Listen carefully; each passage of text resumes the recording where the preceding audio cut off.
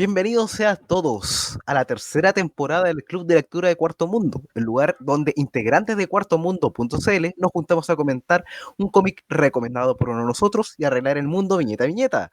En esta ocasión, y luego de unas vacaciones durante el mes de enero, la lectura corresponde a Akira de Katsuhiro Otomo, publicada originalmente entre diciembre de 1982 y junio de 1990 en la revista Young Magazine de editorial Kodansha, con distintas ediciones en castellano de la mano de Norma España, Panini México y Omnipress Argentina. Chicos, bienvenidos nuevamente después de las vacaciones de fin de año, del mes de descanso, al Club de Lectura. ¿Qué tal? Un gusto volver a estar aquí con todos. Hemos vuelto y más encima haciéndonos cargo del pedido de un escucha que decía que teníamos que leer la obra completa para analizarla al completo. Así que ahora la frecuencia del club cambió a un mes, así que tal vez entre medio haya lecturas más largas y tal vez no. Ahí veremos. Claro, ahí tenemos que ver, porque acá igual tenemos que agradecer un poco a Tsuhiro Otomo, que su lectura era como bien dinámica, eran varios volúmenes, pero se hacía fácil de leer. Pero Son aún como así 3.000 páginas. son como más de 2.000 páginas. Entonces, acá fue amable, una lectura así de larga, pero no sabemos diciendo, no cabros, leamos Cerebus, y después vamos a estar todos apretados la última semana leyendo los últimos números. Así que sean conscientes con las recomendaciones. Golpeando mujeres. Ya, antes de que nos funen. Las presentaciones oficiales, don Ancani, Juan Pablo Fernández. Buenas noches. Aún no, todavía no cae el sol acá, Niki, pero buenas noches. Don Toripe Felipe Toro.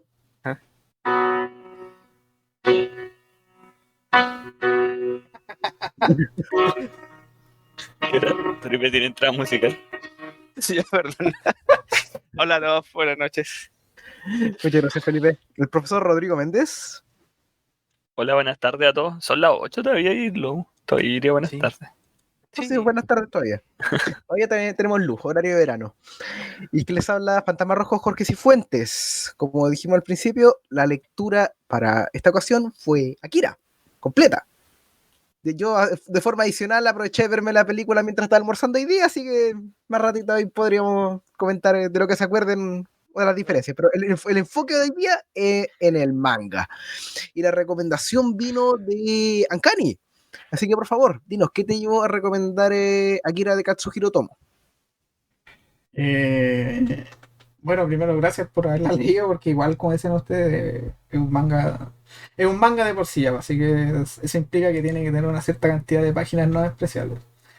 Yo de Akira tengo muy buenos recuerdos porque lo primero que vi fue la película en la tele, en televisión abierta, creo que Chilevisión, la de una vez, así, con ese doblaje argentino. Y siempre quedé como cebado con el manga de Akira. Y de repente lo revisito, leo algún tomo por ahí. Y me acuerdo que hace poco y me puse a leer una crítica de no sé qué medio, pues, del manga, y decía que el manga lo único que importaba en este manga en particular era el viaje y nada más. Y yo dije, este compadre está completamente equivocado. Yo sé que el manga está repleto de acción y tiene un montón de situaciones y es un vaivén de ¿cómo se llama?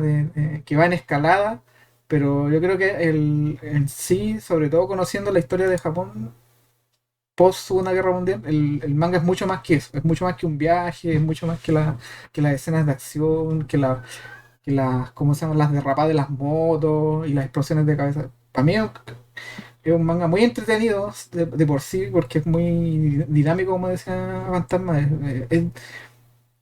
Yo leí la versión de que son 6 tomos y en cada tomo, por lo menos de las 200 páginas, no me acuerdo cuántas páginas, 300 creo, 100 es solamente una escena de acción. Y, pero después tú vas dándole vuelta a lo que está pasando y los actores que se van involucrando y tú dices, acá hay hartas ideas interesantes. Y siempre que lo leo me da la impresión de que Otomo tiene como dos visiones. Una visión de una historia micro que es la historia de Kaneda, Tetsuo y su pandilla, y una visión macro, donde involucra el gobierno japonés, empiezan a aparecer actores, ¿cómo se llama?, internacionales, hay todo un vendaval de cuestiones internacionales también metidas. Y muchas veces los personajes de la historia micro no tienen idea qué está pasando en la historia macro. Una de las grandes, ¿cómo se llama?, misterios es qué es Akira. Y los personajes no tienen chucha idea qué es Akira durante, cuida. Yo creo que hay unos que ni siquiera saben qué es Akira. En todo el manga no saben qué es lo que es, ¿cachai? Entonces como bien, ¿cómo se llama?, interesante de analizar por lo mismo, porque cómo manejas tú una historia que es tan grande y a la vez tan pequeña. Así que por lo menos para mí es como... De hecho debe ser mi manga favorito junto con, no sé, con el Puño de la Estrella del Norte, que igual como el Puño de la Estrella del Norte es como para reírse un rato, ¿cachai? El loco pega un combo y explotan cabezas, pero este es como bien así... bueno, el mismo Tomo lo ha dicho, es como bien occidental su aproximación a la historia, generó como su bola de detrás de, ¿cómo se llama?, de la obra japonesa, porque Akira se publicó en Estados Unidos y dejó la tendalada, y eso permitió que el manga se metiera en Estados Unidos, y a nosotros, por, ¿cómo se llama?, por rebalse nos llegó también, ¿cachai?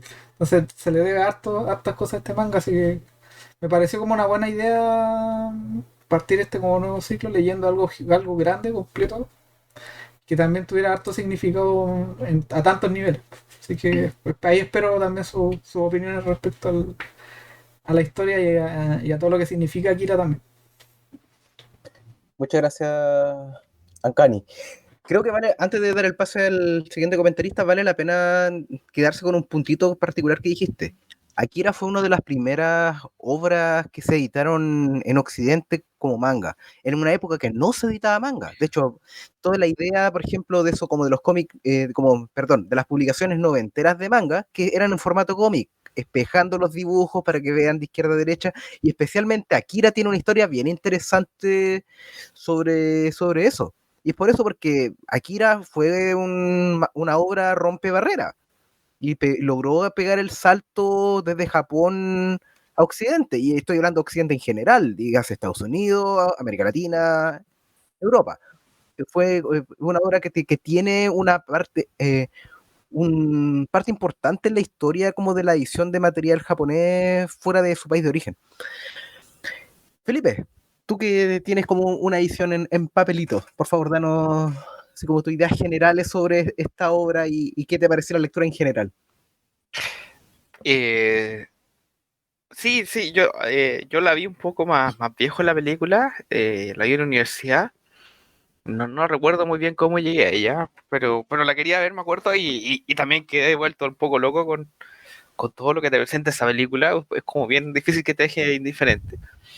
Eh, y bueno, y cuando estaba yo terminando la universidad, me acuerdo, me compré todo Akira de una, fue una historia muy divertida para otro día porque me llegó un poco dañado, era una cajita, ¿no? Que entonces fue un ida y vuelta con Buscalibre en ese tiempo.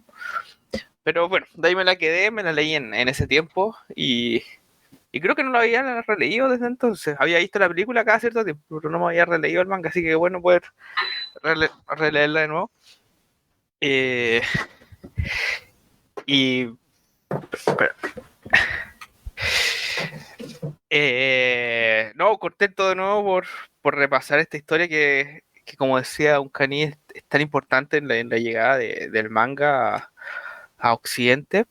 Un poco todas las ideas que trata de poner Otomo pues, de repente se pasan, es fácil dejarlas pasar entre tanta acción que ocurre, tanta batalla, tanto dinamismo, tantas persecuciones, poderes, no sé, los personajes son muy llamativos, hay varias capas entre medio. eh, me, me gustó mucho leerla, como decía Fantasma también, muy entretenida, muy dinámica, o sea, entre el tremendo dibujo, entre todas las ideas que intenta poner Otomo, y su escena de acción, que es como bien redondo por todos lados, como que es imposible no recomendarlo. Así que qué bueno que hoy día comentemos Akira para partir esta nueva temporada y y obviamente me gustó mucho, como la primera vez. Muchas gracias, Felipe. También recordatorio para quienes estén escuchando este programa, que en el Club de Lectura ya leímos una obra de Katsuhiro Otomo, Pesadillas. Así que si quieren como en algún momento como volver a ese programa y compararlo con ahora, a lo mejor no es mala idea para encontrar los paralelos, es decir, como, y los temas y la inquietud de Katsuhiro Otomo, que por lo menos yo siento que hay varias cosas que también se repiten en esta Akira. Tal vez Sí. no de forma directa, pero sí hay temas importantes que se reiteran. Rodrigo, por favor, danos tu visión inicial sobre Akira. Bueno, yo recuerdo haber visto la película, o sea, no sé, recuerdo haberla visto alguna vez como muy, muy chico en la tele, algunas escenas, como que no la vi completa, y creo que quizás como que los recuerdos que tengo eran como estas escenas de Tetsuo transformándose como en la masa bioorgánica extraña, y que fue como, ya si esto como que fue muy traumante para mi cerebro de niño pequeño. Como cuando absorbía a la gente y la empezaba como a aplastar por dentro, sí. Entonces pues pasaron hartos años hasta que vi como Akira película de nuevo. Y ya ahí le encontré más gracia y sentido a todo. Igual decía, sí, no sé si esto debería ser algo como aplicable para que lo vean niños pequeños. Y yo nunca había leído el manga, pero sí tenía nociones de que la película no era una adaptación como completa del manga. No acuerdo bien si era porque el manga no estaba 100% terminado cuando salió la adaptación, era simplemente porque al hecho de adaptar la película como que quisieron cambiar la historia un poco.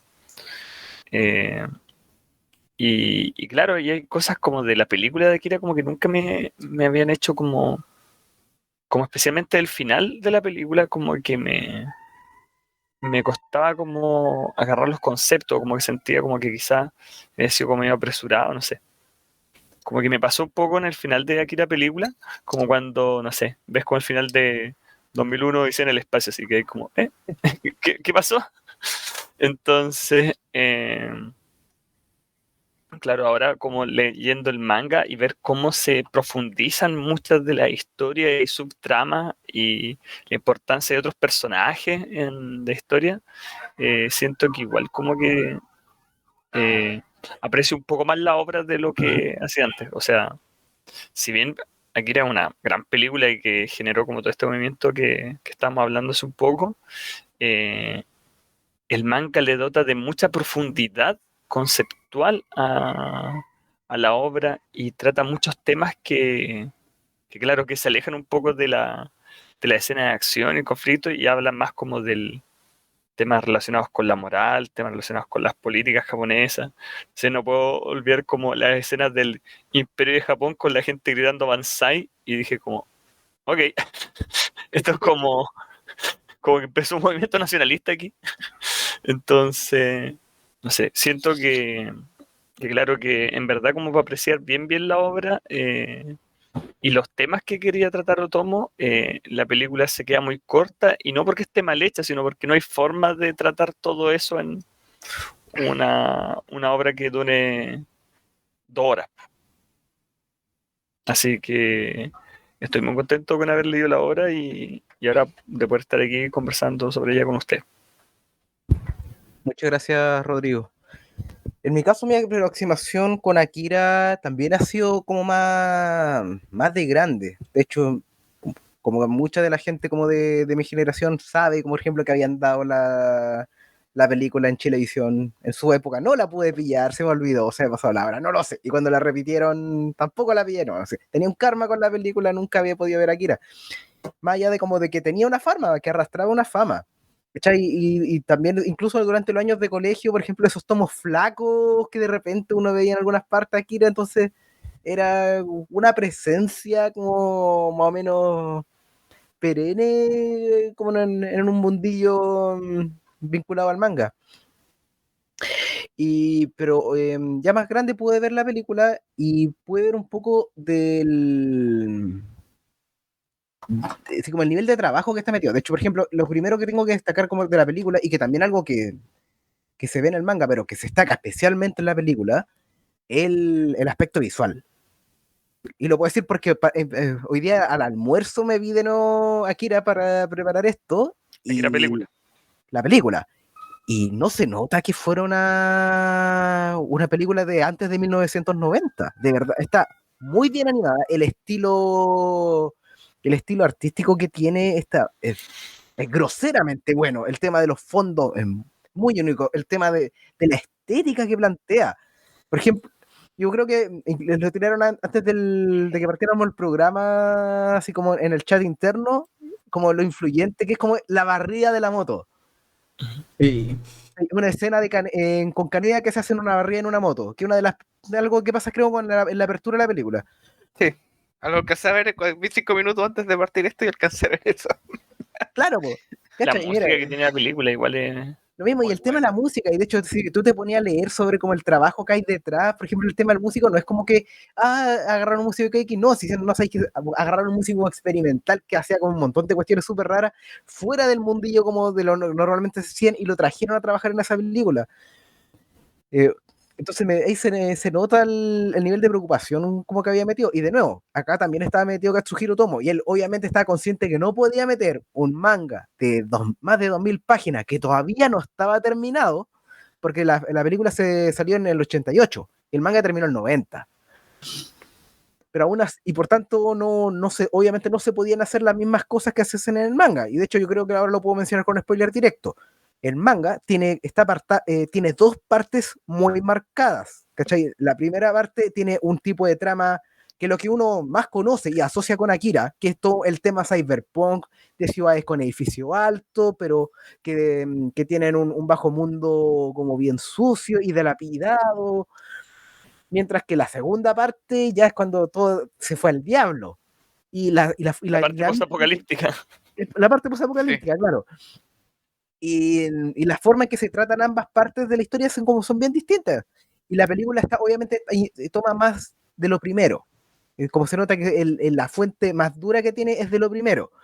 Y eso influye también tanto como en el desarrollo de la trama, como de personajes, pero también hay cosas como que siento como que se dio el tiempo de revisarlo y que funciona mejor. Por ejemplo, en la película, desde un principio te introducen a la chica que termina siendo como el interés amoroso o compañera de Tetsuo. ¿Okay? Mientras, sí, no me acuerdo. No. Era Koiri, o algo así, no me acuerdo el nombre. Sí. Kaori. Claro, era la Kaori. Tetsuo, ya, perdón. Tetsuo. Claro, y en el manga es una cabra X que como que sacan de la nada. Entonces, pero acá desde un principio como que te la muestran vinculada ya con el personaje. Y hace como que está todo más comprimido, pero te hacen como que el desarrollo del vínculo, que tiene el vínculo con este personaje, no se sienta tan apresurado. Y eso por lo menos siento que es un cambio súper chico, pero por lo menos a mí me gustó. En la película, recuerdo que Miyako como que es como... La transforman en un extra. Sí. Oye, lo mejor que en las traducciones, por lo menos la que leí yo, o sea, no en la traducción, en el doblaje, tenía voz de hombre. ¿Y tú ¿Miyako? Sí, Lady Miyako tenía voz de hombre. Y tú decías, es como un loquito, es como un monje, ¿cachai? Con aire de revolucionario, ¿no? Y en el manga es completamente diferente. Oye, siempre me impresionó eso. Oye, este personaje era mujer, ¿sí? A mí me dio un poco de risa porque en el manga es un personaje súper importante y acá casi lo ponen como un extra que se muere rápido y está como para una broma. Una muerte chistosa incluso, sí me acuerdo. El personaje, creo. Yo hace mucho tiempo la película, no la pude repasar ahora, pero no recuerdo mucho el personaje de Nezu, el que era como el político que estaba a cargo de... Sí, ese es un personaje que salió perdiendo en la película. ¿El ratoncito? Sí. Claro. Pero es que tiene sentido, porque resulta que Nezu es un personaje que estaba muy vinculado a Lady Miyako, po. Entonces, si sacaste toda la trama completa de Lady Miyako, Nezu te queda sobrando. Pero igual es el tema de los revolucionarios, porque de fondo él es como el que está como financiando a este como equipo de revolucionarios, po. Claro, pero esa es la diferencia que está con el manga y que ellos, bueno, a lo mejor no tenían el tiempo tampoco para hacerlo en la película. Que Nezu, efectivamente, Nezu es una figura política súper relevante. Es como el hombre que opera como en las sombras, como alimentando a un grupo subversivo. Mientras las es un razones, jefe de un partido político, claro, el claro, presidente de un partido político como oficial, pues.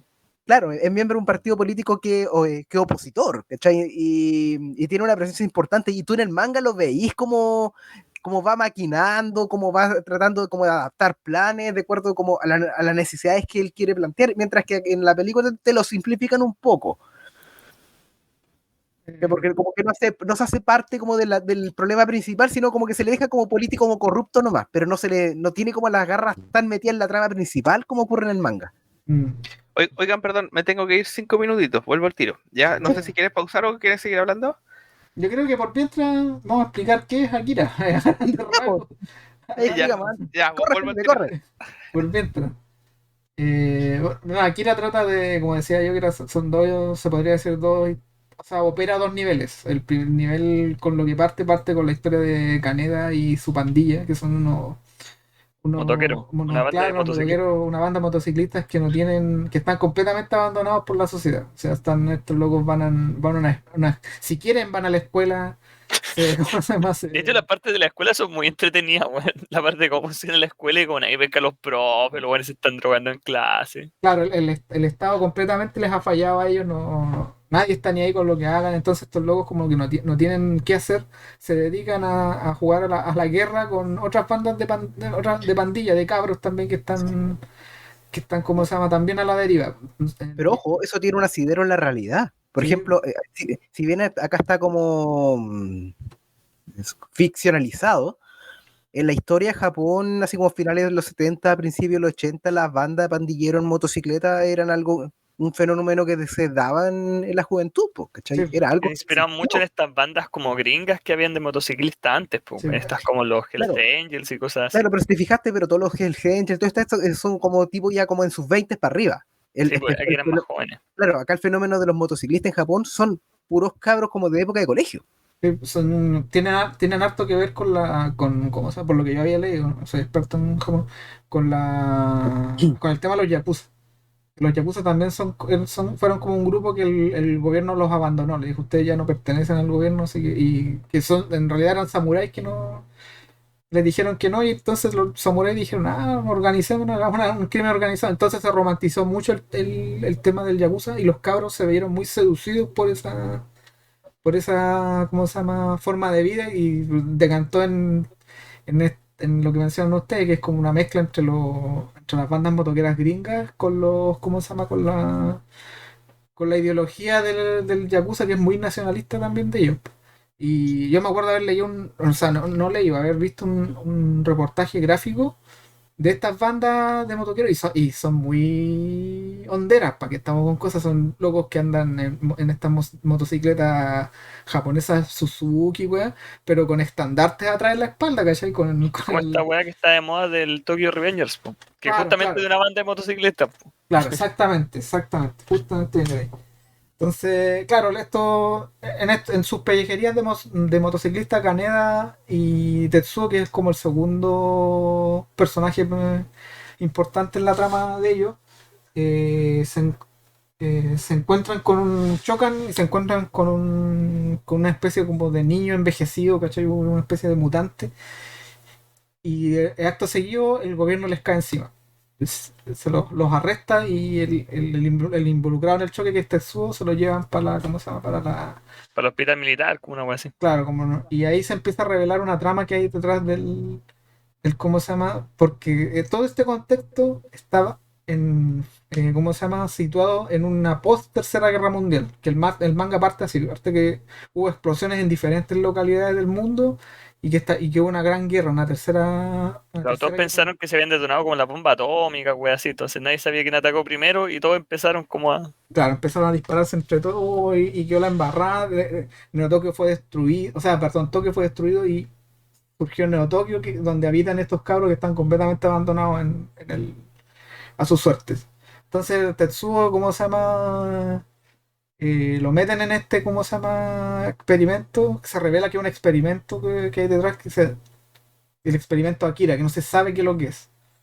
Y gran parte del manga es averiguar, ¿cómo se llama? Shakira. ¿Qué es Akira?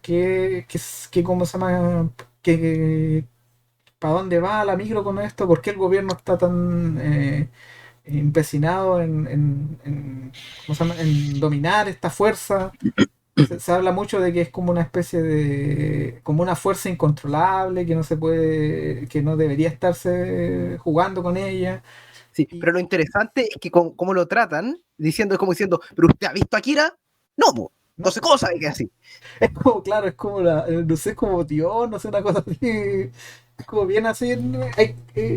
Lo que De pasa es que, hecho, eso mismo afecta muy adelante lo que habíamos dicho antes, de que como no se sabe, muchos personajes siguen sin saber lo que es Akira y no se hace público hasta bien adelante, la historia entre comillas. eh, Cuando el que era como el rey se llamaba, que era el revolucionario con el bigotón, que cuando ya, se encuentra Akira y era un basurero y es como, oh, un niño, ¿quién lo dejó aquí? Te voy a ayudar. sí, uno no Y tiene él ni no idea. tenía idea que era Akira. Claro. Entonces acá, todo esto está, ¿cómo se llama? Toda esta trama está muy bien endulzada ¿cómo se llama? Con el tema político que hay detrás, porque acá el gobierno el de Neo Tokio es pésimo, en el sentido de que hay una alta, ¿cómo se llama? Cesantía, hay harto crimen producto de eso, entonces hay harta, ¿cómo se llama? Protestas y cómo se llama, y hay todo ¿cómo se llama? Una sensación de inestabilidad y de miedo que hace que la gente, ¿cómo se llama? Cuestione al gobierno, cuestione que le pregunte, y que se cuestione aún más que el gobierno esté gastando plata en algo que nadie sabe lo que es, porque no se sabe qué es lo que es aquí. Entonces, y eso tiene que ver también porque después se va revelando más adelante que la culpa de todas las explosiones que hubo fue culpa de ellos mismos que no supieron dominar a esta fuerza y lo mantuvieron oculto, por así decirlo. Entonces no Y en sé. el fondo lo bueno fue tratando de desarrollar un arma, pues eso es lo que estaban tratando de hacer. Pues. Partió un proyecto militar para... Claro. Entonces ahí en parte ese es el punto de partida para una sucesión de cosas, de actores que se van metiendo entre revolucionarios, empiezan a meterse en la vida de Caneda y de lo suyo. Como hay un representante del gobierno, el coronel que se llama, que está constantemente tratando de tapar las cosas. Hay, como se llaman, están los pensionados revolucionarios, están las pandillas rivales, los payasos, están, ¿cómo se llama? Los militares y los científicos metidos. Hay Entonces, caletas, facciones metidas en la trama. claro, entonces es bien.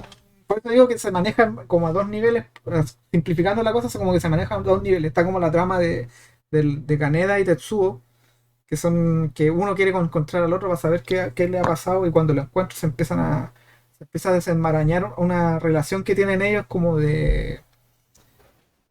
más que nada de un sentimiento de inferioridad que tiene Tetsuo hacia la figura de Kaneda, que él siempre ha sido como el número dos, ¿cachai? Siempre, y ahora como se ve con poder se estalla un conflicto dentro de los motoqueros. Pero aparte está todo el tema de la milicia, de los científicos, la revolución que está metida, los temas políticos, Golpe de Estado. golpes de Estado, y después la cuestión se amplía más, queda la tendalada, destruir la luna y cómo se mete el gobierno de Estados Unidos, una serie, hay como un bloqueo regional completo a la isla de Japón. Hay una unión como URSS norteamericana. Claro, y claro, y en la época que era ¿cómo se llama? Unión Soviética. Claro, la Unión Soviética no era nada Rusia, era la Unión Soviética, algo que era impensado en ese momento, todo se le ocurre, dijo, no, acá los japoneses van a dejar tanta la embarrada que vamos a hacer que se unan estas dos facciones que están ya como no sé cuántos años en disputa y se dan. Pero sí, de hecho, la bandera que hacen, yo no, bueno, yo vi en blanco y negro, pero la versión colorida tiene que mantener los colores, imagino, porque es una bandera que tiene como la estrellita de la bandera china, tiene como la hoy el martillo de la bandera de la Unión Soviética, y tiene una barra como de la bandera gringa.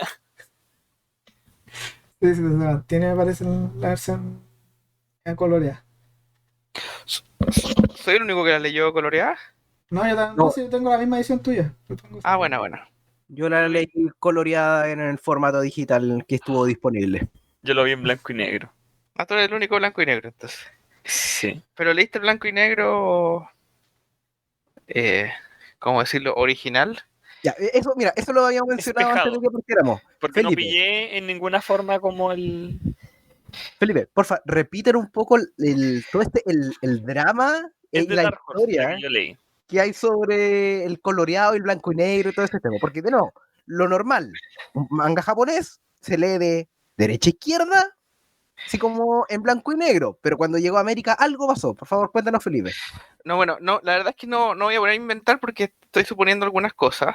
No lo repasé por ahora, pero sé que un poco la versión que nos llegó acá fue la traducción del inglés, que fue esta versión coloreada por Steve Olive, que a mi opinión al menos hizo un tremendo trabajo, ¿no? Y esta edición no solamente era espejada y coloreada, sino que además era bien alterada en sus diálogos, ¿no? Tenía diálogos adicionales, escenas que eran silenciosas en el manga, paneles sin diálogo, como que todo se transmitía con las miradas nomás.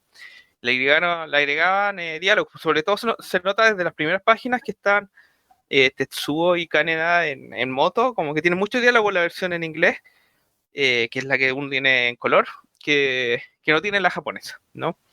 Un poco también se reconoce fácil porque limpiaron todas las onomatopeyas, ¿no? Y están occidentalizadas, ¿no? Como, con todos estos sonidos típicos que uno lee en el cómic norteamericano, que la versión que tengo en español mantiene ese, qué sé yo, el rumble como de ruido, qué sé yo, bueno, los ruidos de explosiones, qué sé yo. Y esa es un poco la versión que siempre tuvimos. Entre medio hubo ediciones de nuevo en blanco y negro, pero eran de esta edición blanco y negro occidentalizada, ¿no? Todavía con las onomatopeyas eh, en inglés, ¿no? Con estos diálogos alterados todavía. Y creo que incluso despejada todavía. Ahí no pondría la mano al fuego. Puede que haya alguna sin despejar, pero todavía con esta versión de esta traducción que venía del inglés. De hecho, la edición que yo tengo, que fue muy divertido porque el Norma se la promocionó como traducida directamente del japonés, pero era un japonés que era traducción del inglés, no era todavía esa versión que llegó acá. Es una seguida, porque del japonés al inglés alterado, de vuelta al japonés y de ahí al español. Esa es la edición Norma que tengo yo. Recorrió todo ese camino de traducción.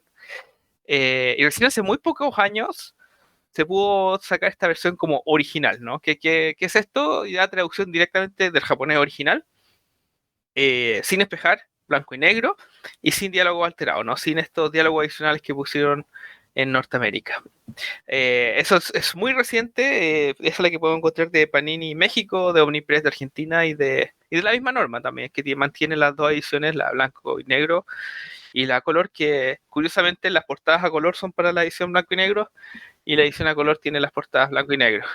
Así que bueno, es todo un enredo, pero así nos llegó Akira, así se metió un poco a nuestra cultura, un poco en esos tiempos no estaba la gente tan familiarizada con leer el manga de derecha a izquierda, ahora ya es lo normal, pero esos tiempos fue como, para poder meterse bien a Occidente, tuvo que hacer todo esto, colorearse, despejarse, adaptarse, y gracias a eso probablemente tuvo también todo el impacto y fue esta punta de lanza para el resto de los mangas, ¿no? Y de ahí que se perdió tanto tiempo esa edición y no la tuvimos por muchos años, ¿no? Más de 30 años que no existió en español esa edición. La más típica eran estas que menciona Fantasma al principio, que son estos como 38 tomitos, revistitas. Esas se encontraban en muchas partes, muchos amigos la tenían así sueltos. Habían dos tomos que se imprimieron muy poco, que eran los Santos Griales. De hecho, por eso muchos no la tienen completa. Y entre medio hay más ediciones, ¿no? De Glenn, no sé, ediciones B, no me las sé de memoria, pero las actuales son las que ya mencioné, que son ya con la edición original. Es un poco como historia. Tú hiciste una de- comparación en los videos de Biblioteca Cuarto Mundo, ¿cierto? Sí, aquí pueden en este mismo canal ver un poco esas comparaciones de las principales diferencias entre las tres ediciones que la tiene actualmente original y también dentro de la misma norma las dos ediciones que tiene actualmente, ¿no? Lo que sí hay que mencionar un detalle que es como bien importante. Sí, por favor, complementa si me comí algo. La edición norteamericana de Akira el mismo tomo la supervisó. Entonces él fue el que eligió a Steve Olive para que la coloreara, porque era impensado vender una historieta sin color para los norteamericanos. Y lo otro es que él, al espejar, también redibujó varios paneles. O sea, a veces que de repente, claro, tú das vuelta a tu dibujo y oye, te queda raro un ojo más arriba al otro, ¿cachai? Que al otro lado no te funciona. Él se cuidó varias viñetas, las rehizo al completo, sobre todo son varias de caras por las que muestran como Ah, con mira, yo detalle. no sabía que era el mismo tomo. Yo no hice esa nota en el video de que hay caras que se nota que cambian la expresión incluso. Sí, No como. él Y, la hizo por eso, porque no le convencía, al espejarla no la convencía.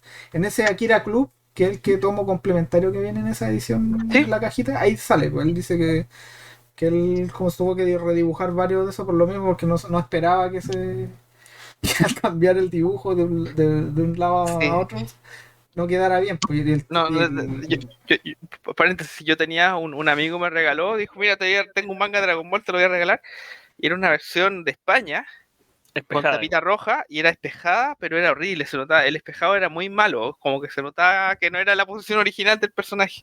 O sea, se nota, bueno, aparte tenía errores terribles, los nombres estaban como Beedle, era como, está escrito como con B larga, como Beedle, como cómo se pronuncia, y Trunks era como con A, era porque no sabían cómo se escribían, parece. desde Trunks era Trunks. Trunks, claro. Menos mal que no Eh, le pusieron calzoncillo, weón.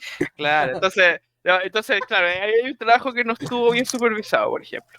Pero claro, tuvo con mucho cuidado el espejado y el coloreado, como que se cuidó mucho su llegada para este lado. Así que ese Es como que Otomo se paréntesis. tomó muchos años como en decir como ya, yo quiero que salga como en Occidente la versión como definitiva para ese mercado, como lo que yo creo que va a funcionar, porque Amado Otomo era bien fanático de como muchas cosas occidentales, po. Sí, sí, vale un tema, po. Muchos de los autores de manga son muy como que no reconocen muchas influencias occidentales en sus obras, po. En el fondo es como hay tanto manga que no necesito como mirar al otro lado del charco para inspirarme en conceptos, qué sé yo, porque hay mucho como del mercado interno. Es que tienen una tradición propia, pues por eso. Sí, po. Pero Tomo no era tanto esta idea, po. Tomo era alguien como que era bien fanático de muchas películas y obras y autores occidentales, po. Entonces yo creo que él, por lo mismo, quiso que si su obra llegaba allá, fuera adoptando como las sensibilidades propias del mercado de esa época. Y yo creo que claramente el trabajo que dio, o sea, que hizo, le rindió frutos en la aceptación que tuvo. Y sabéis que eso es algo cuando yo lo leí también me hizo mucho sentido con lo que trata la obra, ¿cachai? Porque lo mismo que tú mencionabas, tú de repente empieza tan gradual, pero en algún momento tú veis que hay unos patriotismos, pero así cavernarios al final cuando empiezan a aparecer las banderas del imperio japonés, ¿cachai? Y tú decís, esto será una especie de crítica al mercado también de ellos, porque Otomo se sabe que es como lo que decías tú, porque es como bien, no sé si amante del occidental, pero es como bien abierto A recibir influencias de ahí. claro. Y tú decís, ¿cómo se llama? ¿Qué está pasando? ¿Será parte esto de su pensamiento? Yo me la Eh, voy a jugar con que es una crítica y voy a fundamentarlo con aspectos del mismo trabajo, en este caso el manga. Cuando parte el segundo, así como el segundo gran arco, que el tema post-apocalíptico, lo primero que vemos es como la aparición como de este grupo independentista, es decir, como el gran imperio Akira, y con harta simbología, como lo está diciendo tú, Ankari, como con el Banzai, con estas banderas medias tradicionales japonesas y toda una onda de esa onda, pero como te presentan estos personajes, no te lo muestran como que son algo admirable o algo positivo. Te lo muestran como una banda como de loquitos, como de gente que está mal, po. Son salvajes, po. sí, pues Claro, son fanáticos. claro, es que eso es lo bueno que encuentro que tiene el manga, que el punto medio del manga, no sé si el punto medio algo así exacto, pero en esto Iris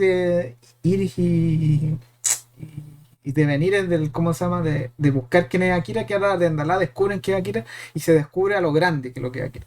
Este bueno explota y destruye Japón, destruye Neo Tokio, pero a un nivel así absurdo. Que yo no entiendo cómo hay gente viva todavía en esa wea. Porque destruye todo, no queda edificio, ¿cómo se llama? En pie. Y posteriormente a eso, como que la sociedad retrocede a un barbarismo, pero así absurdo, así, como lo menciono, los locos andan como indigentes vestidos, ¿cachai? No hay ninguno que tenga zapatos, por ejemplo, es tanto, ¿cómo se llama?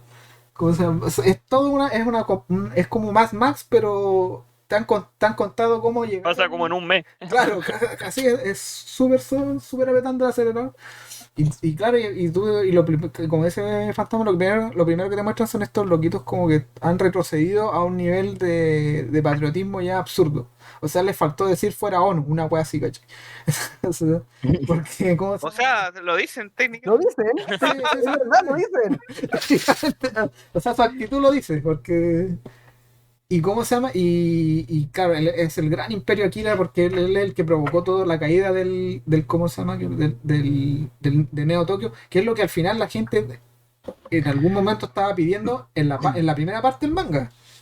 Que es diciendo, entre tanta protesta, entre tanto, ¿cómo se llama? Ataque revolucionario, ¿cachai?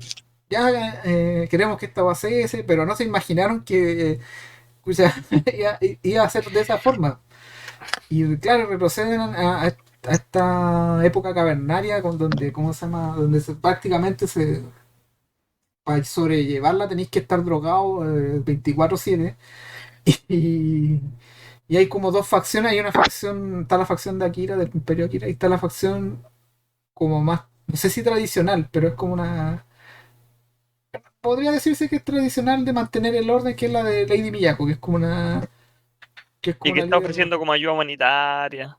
Claro. Es que también hay una diferencia y es bien importante marcarlo acá también. Por ejemplo, estas dos facciones, después del post-apocalipsis, claro, está lo de Lady Miyako, que como dice Rodrigo, es como más humanitaria, más organizada, pero ojo, es una organización de gente adulta. El gran imperio Akira son puros pendejos.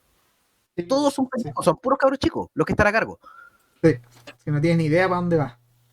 De hecho, casi todos los personajes de esta obra, o lo más protagónico, muchos tienen como 15, 16 años. Y es un tema de que igual se habla muchas cosas. O sea, como al principio tú veías esto en el colegio, cuando, cuando Kaneda consigue las drogas de la enfermera y que el buen tenía embarazada a la enfermera en el colegio. Y aunque Caneda es muy lacho, weón. Sumamente lacho el weón. ¿Cómo se llama? Es que eso también yo creo que. Son puros jóvenes, pero que tratan de vivir como adultos, po. Y se Claro, nota mucho eso. que son. Claro, donde están abandonados, el Estado los tiene así al cuídate como sea. No tienen idea para dónde va la micro y no tienen idea cuál es su propia posición dentro de la sociedad. Entonces están ahí, ¿cómo se llama? Agarrándose a combos, este loco tiene va a tener hijos. Más encima, a mí siempre me da risa esta interacción porque la enfermera le dice, oh, estoy embarazada. Ah, dice, Invítame al parto. no, wea, Claro, esa es la. es como este vos se hacer cargo o quiere saber cómo van a hacer. No tenía idea, ¿cachai? Y, y es como una constante revolución de los cabros que porque no tienen idea dónde están parados. No tienen idea, porque vuelvo a repetir, a mí se me hace como que este loco, como que hay una crítica de Otomo al Estado japonés, que también me suena harto en la que leímos anteriormente, que es Memory. No, perdón, Pesadillas. Pesadilla. Que ahí era este edificio, este bloque de departamentos, era como que albergaba el mal y pasaban tantas gente se suicidaba y cosas. Y ese edificio, ese tipo de edificio es producto de que como Japón perdió la Segunda Guerra Mundial, necesitaban construir rápidamente edificios para que la gente viviera. Ya no podía ir Así, eso es como viviendas sociales prácticamente. Claro, son O como edificios donde hay mucha gente, así como bien apretadita. claro, entonces estos locos ya no se podían dar el lujo de tener esos como palacios gigantes hechos de madera tallada y todo eso, no. Tenéis que hacer práctico, tenéis que generar estos edificios rápidos y, y en ese, ¿cómo se llama? En esa rapidez dejáis como... Se pierde algo, pues se pierde, no sé si cómo llamarlo, no sé si el hogareño, no sé, pero es algo para que algo que debería haber sido, ¿cómo se llama? Algo no permanente, algo para salvar la situación, se transformó en algo permanente y algo que siempre se critica de Japón, que cuando se perdió la guerra, la Segunda Guerra Mundial, porque puta, te aliaste con los nazis y eres un imbécil. Entonces, ¿cómo se llama? Prácticamente el país quedó, ¿cómo se llama? El botón reset, ¿cachai? Tuvieron que partir todo de nuevo y a una velocidad mucho más rápida, se perdieron tradiciones, por eso también sale harto como contra, ¿cómo se llama? Contrapropuesta a estos grupos patrióticos, ¿cachai? Entonces ahí me empieza como a- ¿cómo se llama? A causar urticaria esa crítica que el tipo decía que este manga era solamente el viaje. Yo creo que no es así, porque que uno se interioriza un poco más y se empieza a sacar cosas como ideas de cómo era lo que piensa Otomo respecto a su propio país, ¿cachai? Yo creo que es algo bien importante para cualquier autor. Y a propósito de eso mismo que estaba mencionando Ancani, y haciendo el paralelo con Pesadillas, quiero que tomar un elemento de Pesadillas y tratarlo acá con Akira. Si bien no se trata de forma explícita en Akira, uno lo ve. En el caso de Pesadillas, como tú bien explicaste, por ejemplo, tenía este edificio que son de departamentos que surge por una necesidad de vivienda habitacional. Hay un tema de que se necesitaba cubrir una necesidad social en un Japón que estaba creciendo después de un evento traumático. Akira se ambienta 30 años después de otro evento traumático, pero acá tú veis la diferencia. Po. Acá no hay proyectos sociales. Y una de las cosas que siempre han llamado la atención de Akira, sea la película, sea el manga, y que lo vuelve un ícono después del cyberpunk, es el tema de los edificios. Acá en Akira tú veis una ciudad que tiene edificios enormes, gigantescos, pero acá tú veías a Kaneda y a sus amigos y a la mayor gente no se viven en las torres, pues no fueron parte de ese desarrollo de un periodo de 30 años. Pues. Ellos se quedaron terminando en un gueto, como que se llevaron a los ingenieros comerciales de Chile, bueno, y les desarrollaron el plan económico. Así, por lo menos eso yo sentía cuando estaba, como leía Akira y veía como el tema de estos edificios súper grandes y los barrios pobres, así como terribles. Es como la misma lógica, así como crecer para arriba, pero ¿para quién? Y eso es lo que pasa, por ejemplo, al final con Kaneda, con Tetsuo y todo ello, que son víctimas de que cuando empezaron un plan de desarrollo después de una tragedia, no se hace de forma pareja, no se hizo como tomando idea de necesidades sociales, sino como lo hacemos rápido y costando lo menos posible. Claro, y ahí sale el economista diciendo, no, si Japón creció, ¿cuántos? 10 puntos del PIB. Y está Caneda ahí drogándose con la droga más barata que encuentra. De más, los buenos se venden las anfetas como si fueran vitamina C, weón. Sí, yo sé, esto también me llama harto la atención, que la cuestión es como que el costo de la vida bajó tanto que los locos no están ni ahí, se drogan así ¿cómo se llaman? En el colegio, ¿cachai? Hay una escena muy chistosa que hay en algún momento del manga, una sola capsulita se vuelve muy importante. Claro que era como la droga que le daban a los chicos con poderes psíquicos. Claro, y este loco va y la corta en medio de clases, ¿cachai? La abre la cápsula y empieza a contar los granos y está en la clase, ¿cachai? No, cero respeto por nada. Puta, De hecho, el amigo le dice, oye, ¿me convidáis un poco? claro. Y ¿cómo se llama? Y claro, el respeto por la autoridad es algo claro, si tú veis que la autoridad no te está ayudando en nada, no tenéis por qué tener ningún respeto, ¿cachai? Y es lo que le pasa a estos cabros en la primera parte del manga. Si la primera parte del manga igual yo creo que es muy entretenida de analizar por lo mismo, porque está ahí, ¿cómo se llama? Los ves que se ven cool, ¿cachai? Se ven, oye, estos cabros viven la vida a 100 kilómetros por hora, pero si tú te ponías a pensar, están completamente abandonados, no tienen padres, ¿cachai? Deben ser huérfanos, quizás los papás hayan muerto en la explosión, no se sabe, ¿cachai? Entonces, como tú decís, oye, empezáis a pensar, estos locos están. Es como una versión un poco más cyberpunk de un cename, ¿cachai? Una cosa así, Claro, Claro. exactamente. Claro, por ejemplo, otro personaje que encarna como este mismo tipo de idea, y me da un poco de risa porque el personaje es súper bueno, de hecho es un personaje importante, que es el coronel. Cuando están metidos en estas discusiones de presupuesto, casi como dice, oh, ¿por qué no me dan más plata que tienen que estar gastando en beneficios sociales y programas de ayuda cuando necesito para mi experimento? Una cuestión muy tirada de las mechas. Y ¿Se de entiende hecho, la por lógica eso se de hace el golpe de Estado, pues, weón, claro, porque y hace un no golpe de Estado por eso, No, ¿cachai? Diciendo, es y porque muy lo echan. interesante. Es muy interesante la figura del coronel que parte como el villano al principio casi, un poco va dispuesto a hacer cualquier sacrificio por porque según él piensa en este nivel, en este bien mayor de todas las vías que podría salvar si todo sale como él quiere que salga. Pero es un tipo súper cruel, pues está listo para matar al que sea, para hacer un golpe de estado. Y después un aliado súper importante y es como casi como una persona ahí arrastrando a los heridos. Es De un partida, personaje Es que también lo perdió todo, pues. claro, claro. De hecho, estoy de acuerdo con Felipe, es muy interesante porque el tipo te lo presentan y lo primero que hace es raptar niños. El claro. coco. Lo primero que hace es, ya, estos cabros se los llevan para allá y este otro me lo llevo yo. Y listo. Y tú decís, ay, ¿qué onda este tipo? Porque yo creo que ahí hay un problema también, que por lo menos de mi parte, con los mangas. Que como que cuesta que retraten la edad de los protagonistas. Porque después leyendo, ¿cachai? Que, Kaneda, Tetsuo rodan como los 15 14 años, no es más de eso, no son adultos. Y tú decís, oye, este compadre se lo está llevando, no le dice nada a nadie, ¿cachai? Después salen unos pendejos más avejentados, pero pendejos, ¿cachai? Que no tienen, ¿cómo se llama? No sé, una edad muy mental muy rara, porque saben del proyecto, pero no tienen idea cómo interactuar con la gente, son súper raros.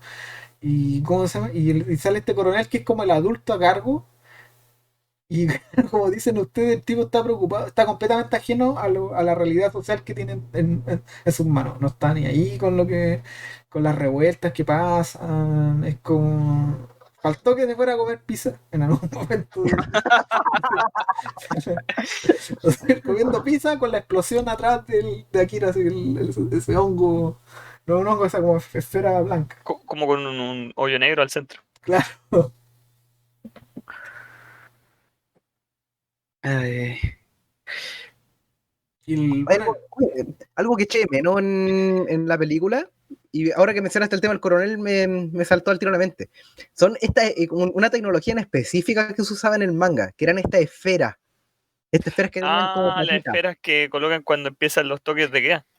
Claro, en sí, la, que se hacen bien útiles ahí cuando están transportándose, pero eran bien terribles porque mataban al tiro a Tiraban los como protestantes. electricidad, ¿cierto?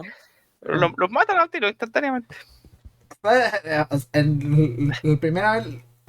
primero las liberan cuando claro, ya Cuando declaran en la alerta nivel 7. claro, ya que el toque de queda, la cuarentena, no sé qué quiere decir, no voy a salir a cierta hora. Y son una representación, puta, la representación más en tu cara de tener un weón represor que no piensa, es un robot, ¿cachai? No es un... Pero ellos lo justifican como en un momento como que para casos de ataques nucleares, qué sé yo, como que la gente se puede guardar bajo tierra en sus refugios y que esas weas salen y como que van a proteger al país de enemigos. Claro. Porque me da risa porque no sé qué tan efectivas son, o sea, a la wea le encajáis una piedra y le echáis una meapa adentro y se echan a perder. Así, weón. Entonces fijaron que viene escena donde uno le dice al otro así como, weón, méala, ¿cachai? Para hacerle cortocircuito y weón está los pantalones abajo, así arriba de la wea. Sí, ahí el nivel de barbarismo ya llegaba a esa De hecho, cuota. eso es algo que yo creo que marca la diferencia, por ejemplo, con Nomu, con Pesadillas que leímos antes. Aquí Nomu es una historia mucho más es mucho más dura y mucho más seria, como que no tiene muchos contrastes. En cambio, Akira, si bien las cosas que vemos es como bien terrible en general, siempre hay una cuota de humor detrás de algunas cosas, ya sea como en pequeñas viñetas y pequeños chistes gráficos a la personalidad de los protagonistas adolescentes. Como que no importa que estos buenos están así como al borde de la muerte todo el rato, siempre como que sale su talla, su momento. Y pone Kaneda sobre todo, pone caras súper divertidas cuando lo están persiguiendo para matarlo, y pone cara así. Hay una escena que me dio mucha risa, que es cuando está la que está como pasando, cuando recién estaba cargando al que andaba en silla de ruedas de los niñitos psíquicos. Y estaba pasando por una parte que era como en control de como unos bárbaros así. Y hay un weón que le dice así como, oye, no, pero nosotros podríamos como intercambiar cosas, qué sé yo puedo ser tu gigoló personal. Y toda esa escena se ve que cuenta como en un taparrabo y con una erección así. Y después de eso, al weón lo pillan, porque la loca le manda como un piedrazo en la cabeza. Y después al weón lo pillan muerto. Y se ve que el cadáver tiene así como, mantiene la erección. Y uno de los buenos le dice como, oh, murió así como le hubiera gustado. Murió feliz. Esa es mi traducción. Y tiene así como el taparrabo levantado. Y dije, puta weón. Como las weas que, o sea, por eso lo encuentro chistoso que yo tomo, como dentro de esta historia tan seria y tan cuática, se dé esas libertades. Y me agrada que lo haya hecho. En verdad varias veces me reí fuerte leyendo Akira. Con Kaneda igual es bueno, ¿cómo se llama? Usándolo como alivio cómico, porque Kaneda, si bien es como el líder y es como el más, tiene el que demuestra más iniciativa, Como héroe de acción así full. también es como bien, como decía, que es bien lachito, pues de repente trata de hacerse el lindo con la Kei, y la Kei en ese momento tiene ojos para la revolución nomás, y El río. para el río, cada vez como novio que tiene, o sea, no es novio, es como que ella lo admira, pero no es recíproco. Eh, y el otro se trata de hacer como el lindo, y la comadre no lo pesca. Y varias veces, de hecho, Kaneda se mete, gran parte de cómo se mete en la trama Kaneda es por Lacho, ¿cachai? Porque está detrás de... De hecho, por eso empieza a perseguirla, porque le gusta. Sí, y ¿cómo se llama? Pero también en esa misma personalidad se deja ver lo que como que los objetivos de Otomo, ¿cachai? Porque Otomo, si bien, como decía Rodrigo, es bueno metiendo tallas, de repente tallas gráficas o tallas, ¿cómo se llama?, de palabras. Con Kaneda, él también lo ocupa como contrapunto para Tetsuo, porque Tetsuo no hay tallas para Tetsuo, no hay ¿cómo se llama? No, Ese es full edge. ¿Cómo dicen? claro, Es que es es un full, personaje trágico, pues, entonces ahí no hay espacio para el humor. claro, y me gusta mucho porque hay una relación desarrollada de antes, no es algo que se, ¿cómo se llama?, se haya desatado con que se lo haya llevado el ejército y lo hizo en el experimento. Tetsuo legítimamente tiene un sentimiento de inferioridad ante Kaneda. Justamente porque Kaneda es el más lacho, es el bueno para la labia, ¿cachai? Todo eso que El Otomo ocupa, líder, pues, weón. claro, todo El que es el líder. claro, todo lo que Otomo ocupa para hacerte reír con Kaneda está en contraposición con, ¿cómo se llama?, con Tetsuo, que Tetsuo le carga esa weá, porque se siente inferior, ¿cachai? Y es algo que lo viene Es más desarrollando. chiquitito, tiene como menos físico también. Claro, entonces, y lo viene desarrollando ¿cómo se llama? Desde que son pandilleros, desde que son niños, ¿cachai? No es algo que venía ¿cómo se llama?, de la trama de la droga, ¿cachai? O de los experimentos del gobierno. No, esto venía de antes. El gobierno simplemente ¿cómo se llama?, lo amplificó nomás, pues le dio poder, y este bueno nunca supo cómo manejarlo, ¿cachai? Y una cosa que también siempre me gusta, que lo que decía, lo que habla Méndez, porque el loco es más chiquitito, no tiene un cuerpo más chico, es cabezón, ¿cachai?, media frente, todo lo demás. Y en un momento que el loco no puede manejar su cuerpo. Ya llega así como, literal, el bueno empieza como a desarmarse, se empieza, ¿cómo se llama?, a volver como esta masa, ¿no?, entre músculos, venas y todo. Y es una cuestión así horrenda que hace Otomo. Y tú decías, todo esto tiene sentido con la personalidad también, pues también con todo ese conflicto que tiene interno, que es de figura trágica, pues. Entonces yo creo que eso también está muy como bien dosificado en el manga. De hecho, yo andaba avanzando un poco esta pelea, sobre todo las peleas finales que hay, que Tetsuo un poco se puede echar a los soldados norteamericanos full entrenados, así, ¡puc!, que explotan. Se puede echar la luna, se puede echar el estanque, el satélite sol. pero cuando está con Kaneda como que no, como que tiene que mostrar que es superior un poco, no le hace, no es frío, ¿no? Como que tiene toda esta emoción un poco de toda la historia que tienen, de que yo decía, oye, pero ¿cómo Kaneda se va a salvar aquí? ¿Con qué hacía? Acá no me acordaba de cómo quería seguirle. Y claro, porque que Tetsuo ya es tan poderoso, pero sigue teniendo esta relación con Kaneda que quiere demostrar que puede ser tan bueno como él, que ya está en un nivel superior, pero no puede, ¿no? Porque aún así Kaneda lo sigue tratando como siempre lo trató, ¿no? Como un niño. Y, y eso, un poco, como tratando de justificarme porque Kaneda aguanta y le puede pegar directo ahí con un combo o con el rifle ahí en la cabeza a Tetsuo, mientras Tetsuo ya está en un nivel de poder inimaginable. Pero claro, Kaneda tiene esa iniciativa y ese poder como sobre Tetsuo que nadie más tiene. Claro, lo que pasa es que tú, el análisis que estás haciendo es súper correcto, porque eso pasa con Tetsuo. Tetsuo tiene todas las oportunidades para hacer un snap, ¿cachai? Y hace desaparecer a Kaneda, pero no lo hace porque Tetsuo necesita que Kaneda reconozca que él es superior, pues. Y, y mientras no lo haga, ¿cachai? No tiene razones como para eliminarlo. De hecho, con Yamagata, como que es como el segundo al mando, lo hace. A él lo mata Al que le revienta la cabeza así como... Claro. Sí. A él lo mata al tiro. Lo mata al tiro y lo jode al tiro como debería habérselo echado a Kaneda. Porque en ese momento el tipo piensa y te hace explotar la cabeza, ¿cachai? Pero con Kaneda no, con Kaneda siempre tiene que tener un diálogo. Y en ese diálogo, Kaneda se le mete debajo de la piel. Le dice, hoy voy a tener que volver a cuidarte como cuando éramos niños, o no te vayas a volver a poner a llorar, le dice una cosa, siempre como que le mete cosas y este ver no reacciona bien ante eso.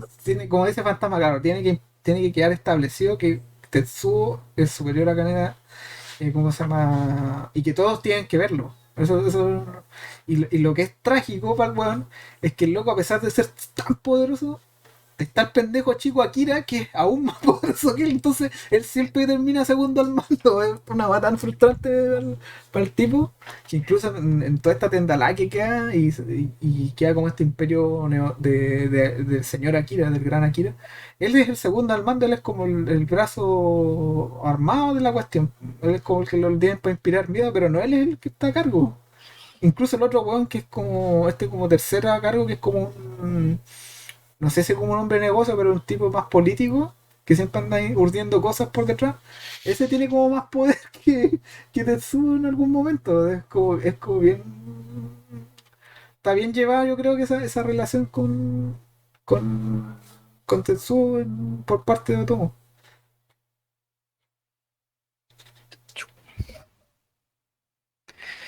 Hay otros personajes que me acordé, por ejemplo, este personaje que era como el líder de la otra banda rival de motociclistas, el Joker, que cada vez que aparece tiene como una marca distinta en la cara. Y que en un principio como que a ti casi que lo dan por perdido cuando le pegan con una moto, Canela creo que es que le pega con una moto en la cara, y después cuando vuelve a aparecer, Juan tiene la marca de la moto. Pero tiene la huella del neumático en la cara. Yo pensaba, la primera vez que lo leí, o sea, y todavía tengo la duda, ¿será que esos son marcas de guerra o de verdad que le dejaron la cara así?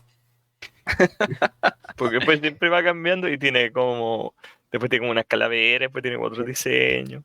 Es un personaje interesante, ¿eh? Porque cuando parte como un antagonista menor, pues, y después se transforma en un personaje secundario, pues. Sí, Un aliado importante, era el Claro. mecánico del grupo. de hecho les da la arma, lo ayuda con construir motocicletas raras.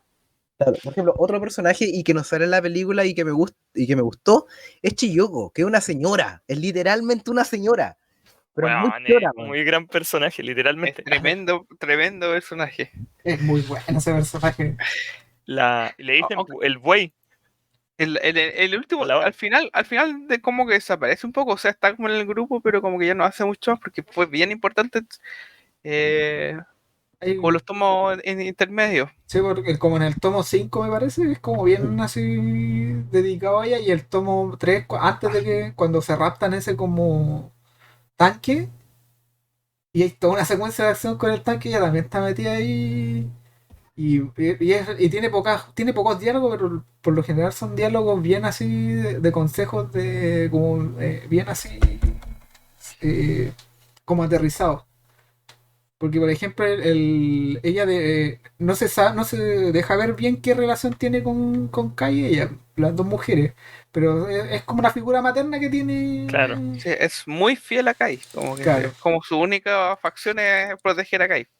Y en algún momento le dice, ¿sabéis qué? Río, ese weón no te va a devolver lo que tú le estás ofreciendo. O sea, se lo dejas así de frente. Este weón ya perdió la Norte y lo que tú quieres no va a pasar, ¿cachai? No es como esa, no. Para que te dejes de pensar en weas con el weón, porque estamos en una situación mucho más grande, ¿cachai? Y, y es muy buena, si tiene, es esa como secuencia que tiene con, ¿cómo se llama? Ya en el poco apocalipsis, donde tiene que, ¿cómo se llama? Ella sola rescatar a Guy, es muy buena toda esa historia, toda esa parte de la historia la encuentro muy buena. Claro, es un buen personaje. Es un buen personaje. De hecho, al final desaparece un poco porque igual el personaje literalmente en parte tenía que cargar la trama en la espalda y se termina agarrando una infección súper grave. Pues. Entonces ahí pusieron ya cuando ya el De hecho, personaje cuando cumplió su hay función y un la dejan simplemente detallito que matando. cuando le está limpiando la herida el coronel, se ve que salen gusanos de la herida y todo. Sí, Ah, no, no me acordaba. Sí, Se ve como así muy pequeñito, así como en un paño que saca el coronel. Igual tiene sentido si había estado una parte llena de como weas donde habían ratas que se la empiezan a comer, qué sé yo. Como un desagüe. sí, no, pero ese personaje es que eso es lo otro. Acá todos los adultos mueren, los únicos que quedan vivos son, ¿cómo se llama? El coronel y ella. Y ella prácticamente queda moribunda. Yo creo que si se involucra en la última pelea que hay en el estadio, ya no, ¿cómo se llama? Yo creo que no sobrevive porque queda la embarrada de esa cuestión. No, porque ella tendría que haber matado a Tetsuo, obviamente, porque es demasiado OP. Por eso la tenían que sacar de la trama. Sí, pues eso es lo otro, que claro, es bien competente, sabe manejar armas, ¿cachai? Escala, ¿cómo se llama? Tiene como esta habilidad de supervivencia. Y nunca se dice cuál es como su pasado, es como, ella es como parte de la revolución, pero ni tan parte de la revolución, es como, está como más como preocupada en la tapadera más que nada. Po. claro, está más preocupada de que Kai no caiga en desgracia nomás. Pero no, ¿cómo se llama? Como que tiene su propia, no sé si su propia agenda, pero como que me da la impresión que no se traga lo de la revolución. Ese personaje siempre me pareció. No es como el Ryu, que es ese compadre que está como full comprometido hasta que se decepciona al ver lo que ha pasado y no. Y como que Claro, no. Es no que de hecho este grupo revolucionario, o como a mí me lo van a entender, es que está en el fondo, todo partió por la viejita, la Chizuko, ¿cómo se llama? No, esa era la. ¿Cómo se llama la viejita? Lady Miyako. Miyako, sí, Lady Miyako, que en el fondo ella como que empieza como a tratar de ver lo que está pasando con los niños, qué sé yo, porque ella obviamente sabía porque había estado ahí, y ella como que empieza a usar su influencia sobre el político que era Nezu. Nezu. Y al final como que este grupo revolucionario en el fondo, el mayor apoyo como oculto que tenía era Nezu, pero al final esto también era todo a partir de Lady Miyako. Y de hecho, como Nezu era un hueón muy traidor y preocupado de su propio beneficio, a la hora que él se da cuenta que él puede obtener las cosas, él dice, mando todo esto a la chucha, ¿cachai? Pero al final como que casi todas esas, o yo lo veo así como todo ese trama de la revolución partió por Lady Miyako. Simplemente que los revolucionarios mismos no sabían como en el fondo este trasfondo. De hecho, la mayoría de los tipos que estaban no sabían que Nezu era el que los apoyaba. Eso era, solamente lo sabían como los miembros más de más alto cargo dentro del grupo. claro. Es que ese es el problema de que cuando uno no dice la verdad, o si tampoco nadie en Neo Tokio sabía lo que era Kira, ¿no? Lo que se llama, lo que mencionaba, parece que fue Rodrigo el que dijo En algún momento este Ryu se encuentra con este cabro chico y no tiene idea quién es, ¿cachai? Y se lo lleva. Así como, no tiene ni idea de su objetivo final, ¿cachai? No. Es que yo creo que ese es como igual uno de los temas que trata la obra, como el punto de que como tú tienes de repente como esta energía o esta motivación de parte de las personas, pero que es súper fácil de manipular. Que al final tenés un montón de gente haciéndole amén a otra, pero que no, en el fondo no sabe cuál es el objetivo final o no tiene idea en el fondo por qué está haciendo las cosas que hace. Lo hace simplemente por seguir órdenes. Claro, oye, que eso se da mucho, por ejemplo, en esa misma parte de esa trama, como todo lo que tiene que ver con los enfrentamientos políticos entre lo que están como los militares en la ciudad, pre-apocalipsis, contra los revolucionarios y con gente muerta, casas que las quedan botando y que quedan Cuando las pasan con el tanque los weones la weá del y se tanque, claro. echan cientos de casas así poco menos. Hay unos viejitos así, que empiezan los niñitos y dicen como, oh, que acá en un tanque, y él no tiene casa y algo. Sí, sabes que no lo había pensado, sí, sí, tienes toda la razón. Hay harto de esta idea de como de seguir órdenes sin pensar. Hay harto como de, ¿sabes qué? Yo sigo al individuo, pero no sigo el objetivo. Puta, Y los de militares hecho, siguen al coronel. Hay una escena en el apocalipsis donde aún no lo reconoce. lo reconoce, oh, el coronel dice, nos vamos como que le brillan los ojos y el loco lo manda a la cresta porque no está ni ahí con tener Es esa que figura. piensa en el fondo que ahora como que va a volver un poco de orden a su vida, pues, como que va a volver atrás. Pues. Claro, Vuelve esta figura, pero en realidad esta figura ya cayó en desgracia y ya no tiene nada por lo que pelea en el fondo. El coronel ya está casi por su venganza personal nomás. claro. Pero ese personaje después, efectivamente, después se vuelve del lado del coronel, pues, cuando el coronel como cambia de opinión nuevamente. Eso Claro. ya casi hacia el final. Sí, pues, está esa figura del coronel que se vuelve como mítica al final. Está la misma figura de Akira que no tiene ni idea qué es lo que es y que al final cuando descubren qué es lo que es, arman como un imperio alrededor de él. Que en el fondo el imperio Tetsuo, porque convengamos que en el fondo Akira no tiene una personalidad. Akira no es nada, es como... Es un ser que está ahí, que se mueve, que come, Es un pero McGuffin no... con patas. Claro, Claro, y en el fondo, todo lo que es la construcción del imperio de Akira es Tetsuo y su ayudante manejando todo. claro. Entonces, al final, o sea, si te fijas, todos estos grupos como que controlan mucha gente, pero toda la gente es como, claro, son muy peones. Po. Nadie así tiene agencia de nada. Y de hecho, es como, yo creo que habla un poco el tema de que tú le quitas un poquito las figuras de poder a estas personas y es como que ya todos como que ya empiezan a seguir a cualquiera que te dé una leve, así como una leve indicación de orden o control. Que, ¿para qué estamos con cosas? Pues es como una cuestión muy de la sociedad japonesa, eso de que yo soy parte del colectivo, pero yo no resalto por mí mismo, pues yo no tengo mi propia agencia, yo soy una parte de algo más.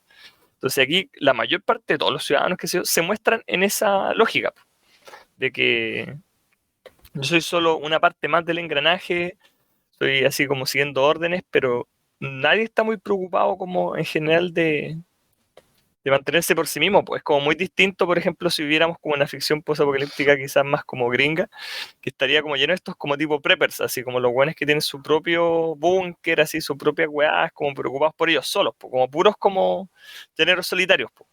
Aquí no hay de eso, pues, ¿cachai? Todos como que se juntan en grupos donde siguen a una figura, un liderazgo. Y ¿cómo se llama? Y no hay ningún ánimo de cuestionar nada. No hay. Por ejemplo, hay una escena ya cuando está ¿cómo se llama? El imperio del Gran Akira. Y este compadre, este como tercero al mando, se tráiganlas y traen un montón de cabras para el Lord Tetsuo. Y nadie se cuestiona nada de dónde las sacan, ¿cachai? No, ¿cómo se llama? Tampoco nadie se cuestiona que les meten droga a quien sea, a sabiendas que de repente hay unos que tienen una reacción, no sé si Que la alérgica, mayoría muere, de claro, hecho. que muere, nadie está ni ahí con esa cuestión. Es como que sabéis que tenemos un líder y hay que seguirlo así ciegamente. Lo mismo pasa con el coronel. El coronel en la primera parte del manga hace cosas muy desdeñables y ninguno de los subordinados de él se atreve a cuestionarle nada. Nunca hay una conversación que le digan, oiga, ¿estará bien lo que estamos haciendo? No, nada, no hay nada de eso. Los únicos que le cuestionan cosas son los como de este Senado, este grupo político, pero es porque ellos tienen su propia agenda también, porque son que quieren que no se gasten la plata en las Olimpiadas, sino que ayuden, o sea, no sé si sea su objetivo, pero Es como una etapa, es como 2 por 1, como así la Olimpiada, pero aprovechamos esto eh, para mantener así como el proyecto militar secreto. claro, y está la figura también de Nezu, que Nezu para la revolución era como o sea, para los revolucionarios que iban a pie, era como, el que hay que seguir, esta es la guía. Y hay toda una secuencia donde lo tienen que rescatar, ¿cómo se llama? Esa secuencia con el chofer es muy buena también, porque lo quieren arrestar, ¿cachai? Van a la casa, lo protegen, y al final el loco también en algún momento se tercia con Akira, con el niño, y dice, es como se llama, lo voy a ocupar, pero yo para mi agenda, ¿cachai? Y no estoy ni ahí con el resto, tampoco no hay cuestión, no hay cuestionarse para este weón, ¿para qué se llegar al pendejo? Es como bien, siempre está esa figura como que de liderazgo, pero que nadie atina a decirle, oye, este loco está bien lo que está haciendo o no. Este loco me va a mandar a matar a compañeros revolucionarios en este bote y está bien o no. Nadie le cuestiona nada. Es como bien así. Le gusta meter la aguja, o sea, meterle el dedo en esa herida a Otto, me da la impresión también. O sea, en algún momento el Imperio de Kira empieza a perder los subordinados. Un poco no hay un cuestionamiento directo tal vez, pero sí se pierde un poco esta fe ciega que tenían después del fracaso de la invasión a Miyako. Y ahí es cuando este segundo hermano pide esta demostración en el estadio. Y hacen estos primeros bandas musicales que la gente tampoco se traga, pero para poder llenar el estadio, Además, demostrar que eran muchos, también tienen que obligar a los que no están ni ahí, tienen que amenazar de muerte. eh, o sea, un poco de todas maneras tienen que hacer esta demostración de o sea, quieren mantenerse poder, quieren mantenerse sobre un montón de gente, un poco como que igual ellos podrían sobrevivir por sí solos, pero en verdad lo que quieren es tener este poder sobre la gente, ¿no? Quieren mantener esta nueva posición en este nuevo mundo, no quieren la ayuda de afuera, ¿no? No quieren el orden anterior, ¿no? Quieren esta posición, el mundo está en la palabra, pero ahora estoy por arriba de mucha gente. Así que, y los soldados también, pues un poco están, un poco los soldados de este imperio Akira. O sea, este mundo está para la embarrada, pero aquí tengo mi posición de poder nueva. Vamos a obligar a gente ir a este estadio, y ahí es donde Tetsuo hace esta demostración en la luna. En verdad podría haber hecho cualquier cosa, podría haber movido objetos nomás. pero el mismo Akira le dice Luna, po. Como que y que de hecho creo que Ya. el primer diálogo que tiene en todo el manga, que le dice así No, como no me la luna. acordaba. Pero le puede haber Luna. llamado la atención a la luna nomás, pendejo, digo, Y aquí, Tetsuo va y destruye un pedazo de la luna y provoca una catástrofe mundial ahí con las mareas y todo. déjala embarrar, weón. Y ahí me parece que, no, ahí ya estaba metido ya, pero ahí Pero entran los poderes internacionales también. no, ya estaba metido, pues ahí se ve la reacción. O sea, la forma que los vemos los poderes internacionales en general es por este barquito que está cerca, que sufre las consecuencias un poco de estos cambios de marea. Ese portaaviones. Claro. Ahí Portaaviones con otro los tema que científicos. me acordé de la escena con los poderes como, cuando hablaste de los poderes como eh, los fuera de Japón, los poderes internacionales con las grandes potencias, cuando bueno, sale el presidente de Estados Unidos como, no me acuerdo si es como al final del tomo 5 o al principio del 6, cuando dice como, "Weón, vamos a mandar este charco culeado a la mierda, así, ¿cachai? Como por Japón. Y ahí como autoriza así que tapen la weá en bombas nucleares así. Y de hecho, pues, los weones parten matando civiles como si nada, porque ya el plan del gringo no es como, ya matemos a este weón, es como, weón, ya pico, destruyamos Japón como nación, ¿cachai? Que no quede nada de esto, si total ya la weá está condenada. Y justo en una escena donde empiezan a caer las bombas, aparece uno de estos tipos como de los fieles del Imperio Akira, moviendo la banderita y gritando Banzai, Banzai, vengan a pelear aquí a la tierra, no sean cobardes, ¿cachai? Como gritándole a los aviones. Que yo creo que claramente fue como... O sea, es una escena que es muy reminiscente como del bombardeo al final de la Segunda Guerra Mundial. Po. Y bueno, ahí empieza a tomar como más fuerza los ribetes patrióticos extremistas de, ¿cómo se llama? Que le insufla o toma la obra. No creo que él sea así, yo creo que es como su forma de, como de desnudarlo. Debe haber cierta ala política en Japón que todavía debe estar pegado en eso. No, yo también lo veo como una crítica en el fondo a la política de los gringos, que en el fondo les da lo mismo, así como cuántos civiles mueran en el proceso, lo Sí, importante es como cumplir el objetivo, ¿cachai? sí, O sea, la misma bomba atómica probablemente, tal vez, está referenciado hoy. Claro, que funciona con varios aspectos. Por ejemplo, Recordemos que la bomba atómica las tiraron en lugares civiles, pues si no. Claro, es que siempre funciona con la lógica de yo puedo criticar a mi propio país, pero que no se atrevan estos extranjeros de mierda a bombardearme afuera, no es problema de ellos. claro. Y es lo que deja ver el final también, porque el final de llega como la ayuda humanitaria y los locos, el gran imperio de Neo Tokio, porque se reformula todo de nuevo y queda como Kaneda y su pandilla a cargo. Y dice, ustedes están invadiendo el país, le dicen. Pero no, pero si nosotros venimos a ayudar y les traemos comida. No, la comida acá se requisa y ustedes se van. Y tú dices, oye, hay como un sentimiento de orgullo, pero si tú te ponías a pensar, estos locos no van a durar nada, no van a dar ni un año así, po. Es como un final a los Robocop, pienso yo que se da a entender que es feliz, pero tú lo empezás a analizar a largo plazo y te decís, no, esta weá no es feliz, po. Esta cuestión va a quedar la embarrada, ¿no? Que si tú lo piensas, después de la Segunda Guerra Mundial, Estados Unidos estuvo ocupando Japón por caleta de años, po.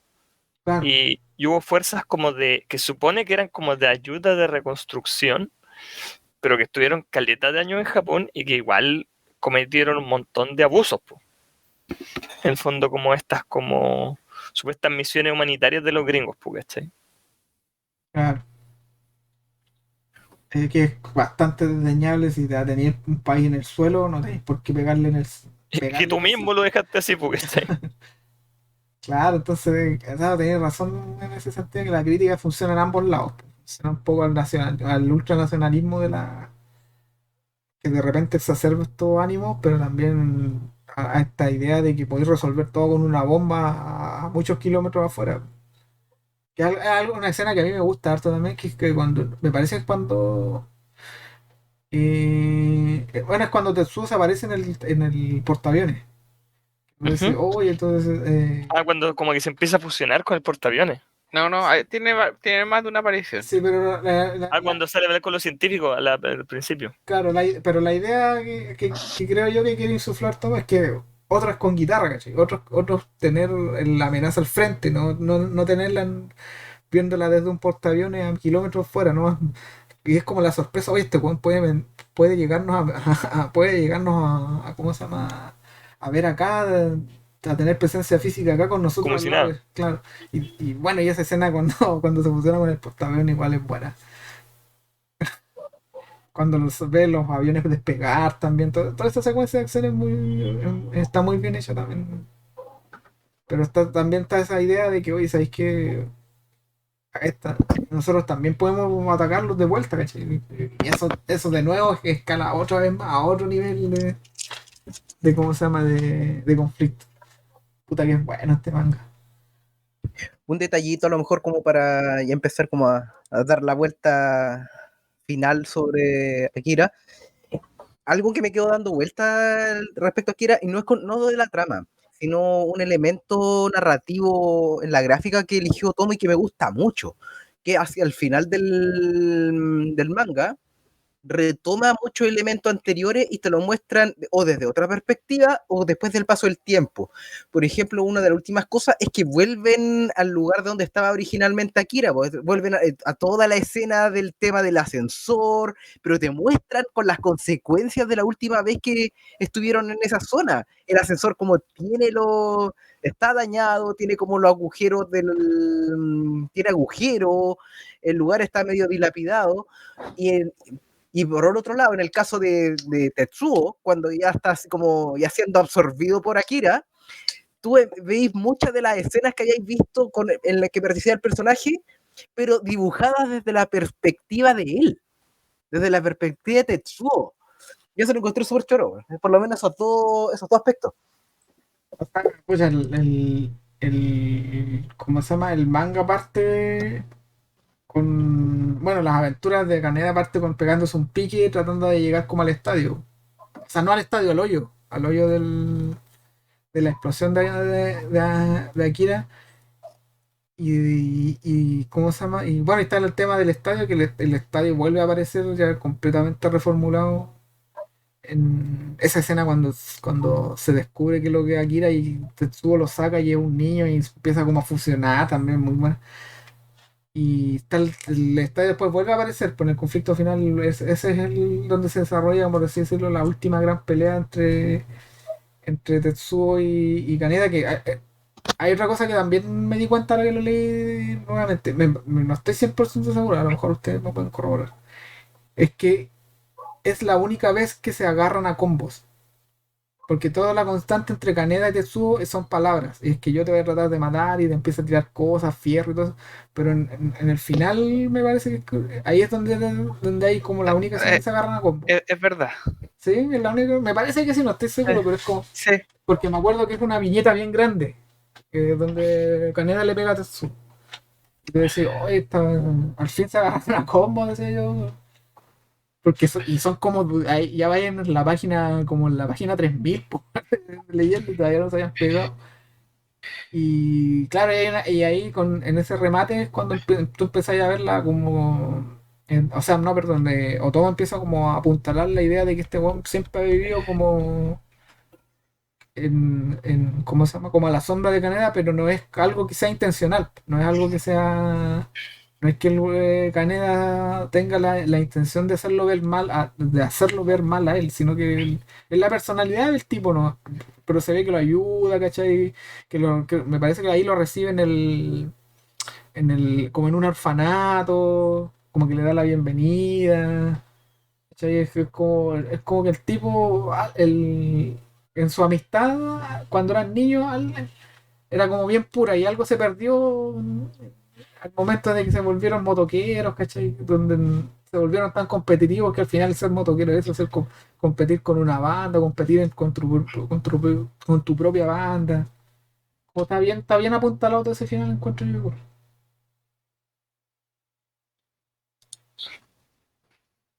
Hay partes como asociadas con el final que desde muy principio de la trama como que se van como...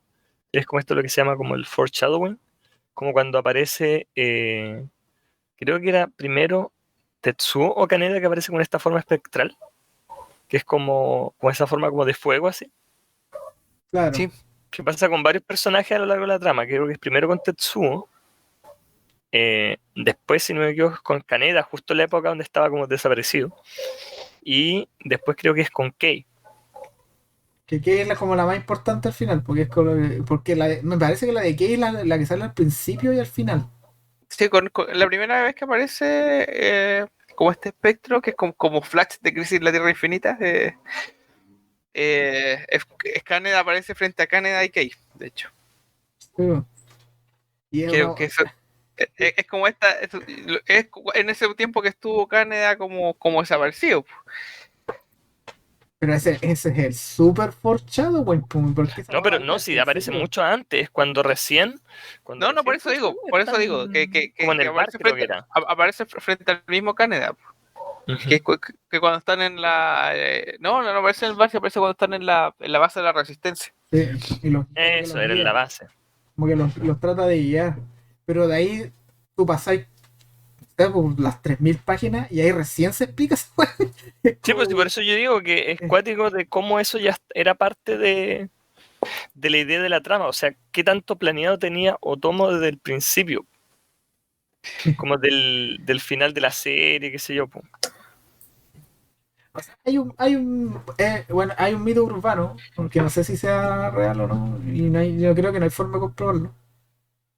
Y bueno, y es por la película, como bien decían ustedes, Otomo cuando consiguió el financiamiento de la película y empezó a escribirla y a firmarla y a dibujarla y todo eso, él no sabía cómo iba a terminar la película. Y se dice que en un viaje a Francia estaba muy, ¿cómo se llama? Muy acongojado porque no tenía idea cómo iba a terminar. Y en un restaurante, no sé, se pilló con Jodorowsky. Y él admiraba mucho a Jodorowsky porque había visto el Topo y todas esas películas loquitas de este weón. Y fue y le habló y entre trago y trago se conocieron y dicen que Jodorowsky le dio el final de la película ¿cómo se llama? A Otto. Que él le Y le dijo tocó la jalea de paso, weón. Psicomágicamente, con psicomagias. que según dicen es esta idea de que los personajes trasciendan. Que Tetsuo no es que haya muerto, sino que haya como que se haya trascendido y por eso no hay cadáver de Tetsuo en la película. Y se escucha que está vivo en alguna parte. En la película se escucha eso. Y que después seguramente lo extrapoló al manga también, porque en el manga también Tetsuo desaparece. Queda como que trasciende igual y varios personajes trascienden pero vuelven. A mí esa hueá siempre me impresionó igual del manga. Por ejemplo, lo que hablaba Rodrigo, Caneda se pierde como por Todo un 200, tomo. sí, como por 200 páginas, 300 páginas, Caneda desaparece. Se pierde todo lo que es la parte del apocalipsis al principio, se lo pierde. Y en algún momento explota de nuevo Akira y cae con lo que más me llama la atención es que cae con el edificio entero que se desaparece. Cae con porque el edificio tenía como una torre de agua, me parece, que tiene un número 55 así hecho como con neones. Y se cae todo ese edificio entero, así, y entre medio está ahí el huevo. Y ahí aparece nuevamente. Y aparece el niño asesinado, me parece también, el El que... Yamagata. no, el niño chiquito, Ah, perdón, sí, tienes razón. el Estaba que... usando en parte distinta. No, ¿cómo se llama? El número 28 me parece que no me acuerdo el nombre. Ah, el que le pega el balazo, el Nezu. Que era el primer psico que aparece, que empieza toda la agua con Tetsuo, porque es el que, como lo están escapando, lo están ayudando a escapar, cuando piensan que ese era Akira, y logran que escape, y que Tetsuo choca con él en la moto. Claro, es como el que inicia todo y justo cuando hay el cambio como de ritmo o el cambio de trama en el manga, ese compadre lo matan, que es una secuencia igual muy espectacular, que es como muy Y impactante. detona como detona como el despertar de Akira. Claro, y queda embarrada y explota todo, y después ese personaje vuelve a aparecer, como que Akira trae todo de vuelta, trae todos esos poderes de vuelta. Y algo que también Tetsuo trata de hacer, porque él cuando se muere esa novia que tiene, y hay como una secuencia de acción. Después se ve como que el cuerpo está como flameándose, como con esa energía que es la que hablaban ustedes de estos personajes que vuelven atrás en el tiempo. Tetsuo trata de hacerlo con la cabra y no le resulta, no tiene como el poder para traerla de vuelta. Y Akira sí puede, y trae a todos los que se han muerto, bueno, a los que se acuerdan, trae ese pendejo que era como su amigo, ¿cachai? Con todas estas ideas están como bien ocupadas en 1000 páginas atrás, 1000 páginas adelante, como que hay una constante así bien hecha de que pueden sonar muy raras como las describo, pero como que son verosímiles en toda la historia, por eso. Es bien interesante la forma también en que se trata la idea de la juventud. De hecho, la mayoría del cómic trata sobre eso, po, sobre como que el futuro de los jóvenes. Y o sea, ya de por sí, ya esto fue publicado en una revista que se llamaba Young algo, no me acuerdo cómo se llama. Era Young Magazine. Claro, Young Magazine, que es como para los jóvenes, ¿cachai? Es como, por eso me causa mucha, ¿cómo se llama? Curiosidad, como cuál es la idea que quiere dejarle a los cabros Otomo. Que sean revolucionarios, que sean, ¿cómo se llama? Que se rebelen contra el, no sé, contra el gobierno en la primera parte, o que asuman la responsabilidad de llevar un Japón, un nuevo Japón, por así decirlo, como queda en el final, ¿cachai? Que al final queda la pelota, pero al final son los jóvenes que se hacen cargo. Dejen el paso a la nueva generación. Que no inviertan en NTF, weón, eso es importante. Claro, que nada de NTF, ni votar por París, ni nada de esos charlatanes digitales. Yo algo que quería conversar que siento que hemos tocado poco, el dibujo de la obra, especialmente lo que yo creo que es como tan característico de Otomo, que es como la atención al detalle de los fondos que tiene. Que lo hablamos un poco en Pesadillas, pero aquí es como llevado a la décima potencia. Es groseramente bueno, weón. De hecho, no me extraña que todas las ediciones contemporáneas de Akira sean como en gran tamaño, porque de verdad no me lo imagino de otra forma. El dibujo es muy, pero muy bueno. No, o sea, no sé si alguna vez salió pequeño tampoco, por lo menos en Occidente. No, no tiene sentido tampoco en realidad. Es la atención al detalle y estos mismos edificios que mencionaba en Pesadilla acá es exagerado. Claro. Hasta la última página ya son las motos alejándose en estos edificios, hasta ahí recordándonos Sí. esta. No, y en la parte vocalística, como en la forma que como te muestran cómo está derruido, la forma fácil de hacerlo sería no mostrarlo todo plano y no hay nada. Pero no, pues acá tú veis una Vocabilis en 3 dimensiones, pues, ¿cachai? Edificios que tú veis que se cayeron, cómo está como todo distribuido en el suelo, el nivel de detalle, como encima está en una parte costera, el tema del agua. No sé, bueno, es una cosa como que Michael Bay lo usa para tocarse, una cuestión, ese nivel de detalle estamos hablando, güey. Es que en verdad es impresionante como la atención al detalle que hay detrás de la obra y la dedicación, porque no es como que como ya hay un edificio, es como el detalle con el que está dibujado cada edificio y el mismo detalle de los personajes, pues para que estamos con cosas, muchas veces el manga como que deja de lado detalles como de los fondos, qué sé yo, porque quiere centrarse en el tema de más en lo que son algunos diálogos, en los dibujos grandes, espectaculares de un personaje. Y aquí es muy poco de eso, aquí es muy poco de como dedicarle, no sé, una página completa a un personaje, así como que sea como un primer plano. Y en general tú lo que tienes son más como estas imágenes como de establecer una locación, que es como algo de lo que, y bueno, y tiene relación yo creo también con el gusto que tiene Otomo por el cine. Pues, sí, de hecho, después de hacer Akira, Otomo se dedicó más que nada a hacer películas y cosas así. Y entonces, más que dedicarse tanto como a estos primeros planos, se dedica a esto, como esto que le llaman los establishing shot, que es como esta imagen donde sale como los personajes dentro de un gran fondo de lo que hay. Está lleno esta obra, pues, está lleno así como de paneles grandes con los personajes así como pequeñitos en un entorno muy detallado. Y lo que más me queda del gráfico, bueno, aparte de lo que hablan ustedes, de los edificios quebrándose, los vidrios rompiéndose y todo eso, son las caras que son una mezcla entre terror y sorpresa. Hay caleta de personajes que quedan con esa cara así cuando queda la embarrada y tienen como una cara de terror y de sorpresa que no saben lo que está pasando. Hay caleta de esas caras, siempre me acuerdo de esa cara así como con la boca abierta y los ojos gigantes, como bien, es bien característica de Otomo. Y lo otro que me gusta harto, lo que decían ustedes, el diseño. Los diseños que tiene son muy bacanes. Los diseños de los personajes, de los militares, que parezcan militares, pero que parezcan personas normales siendo militares, ¿cachai? No son como logos musculosos, no son logos con un uniforme que les queda así normales.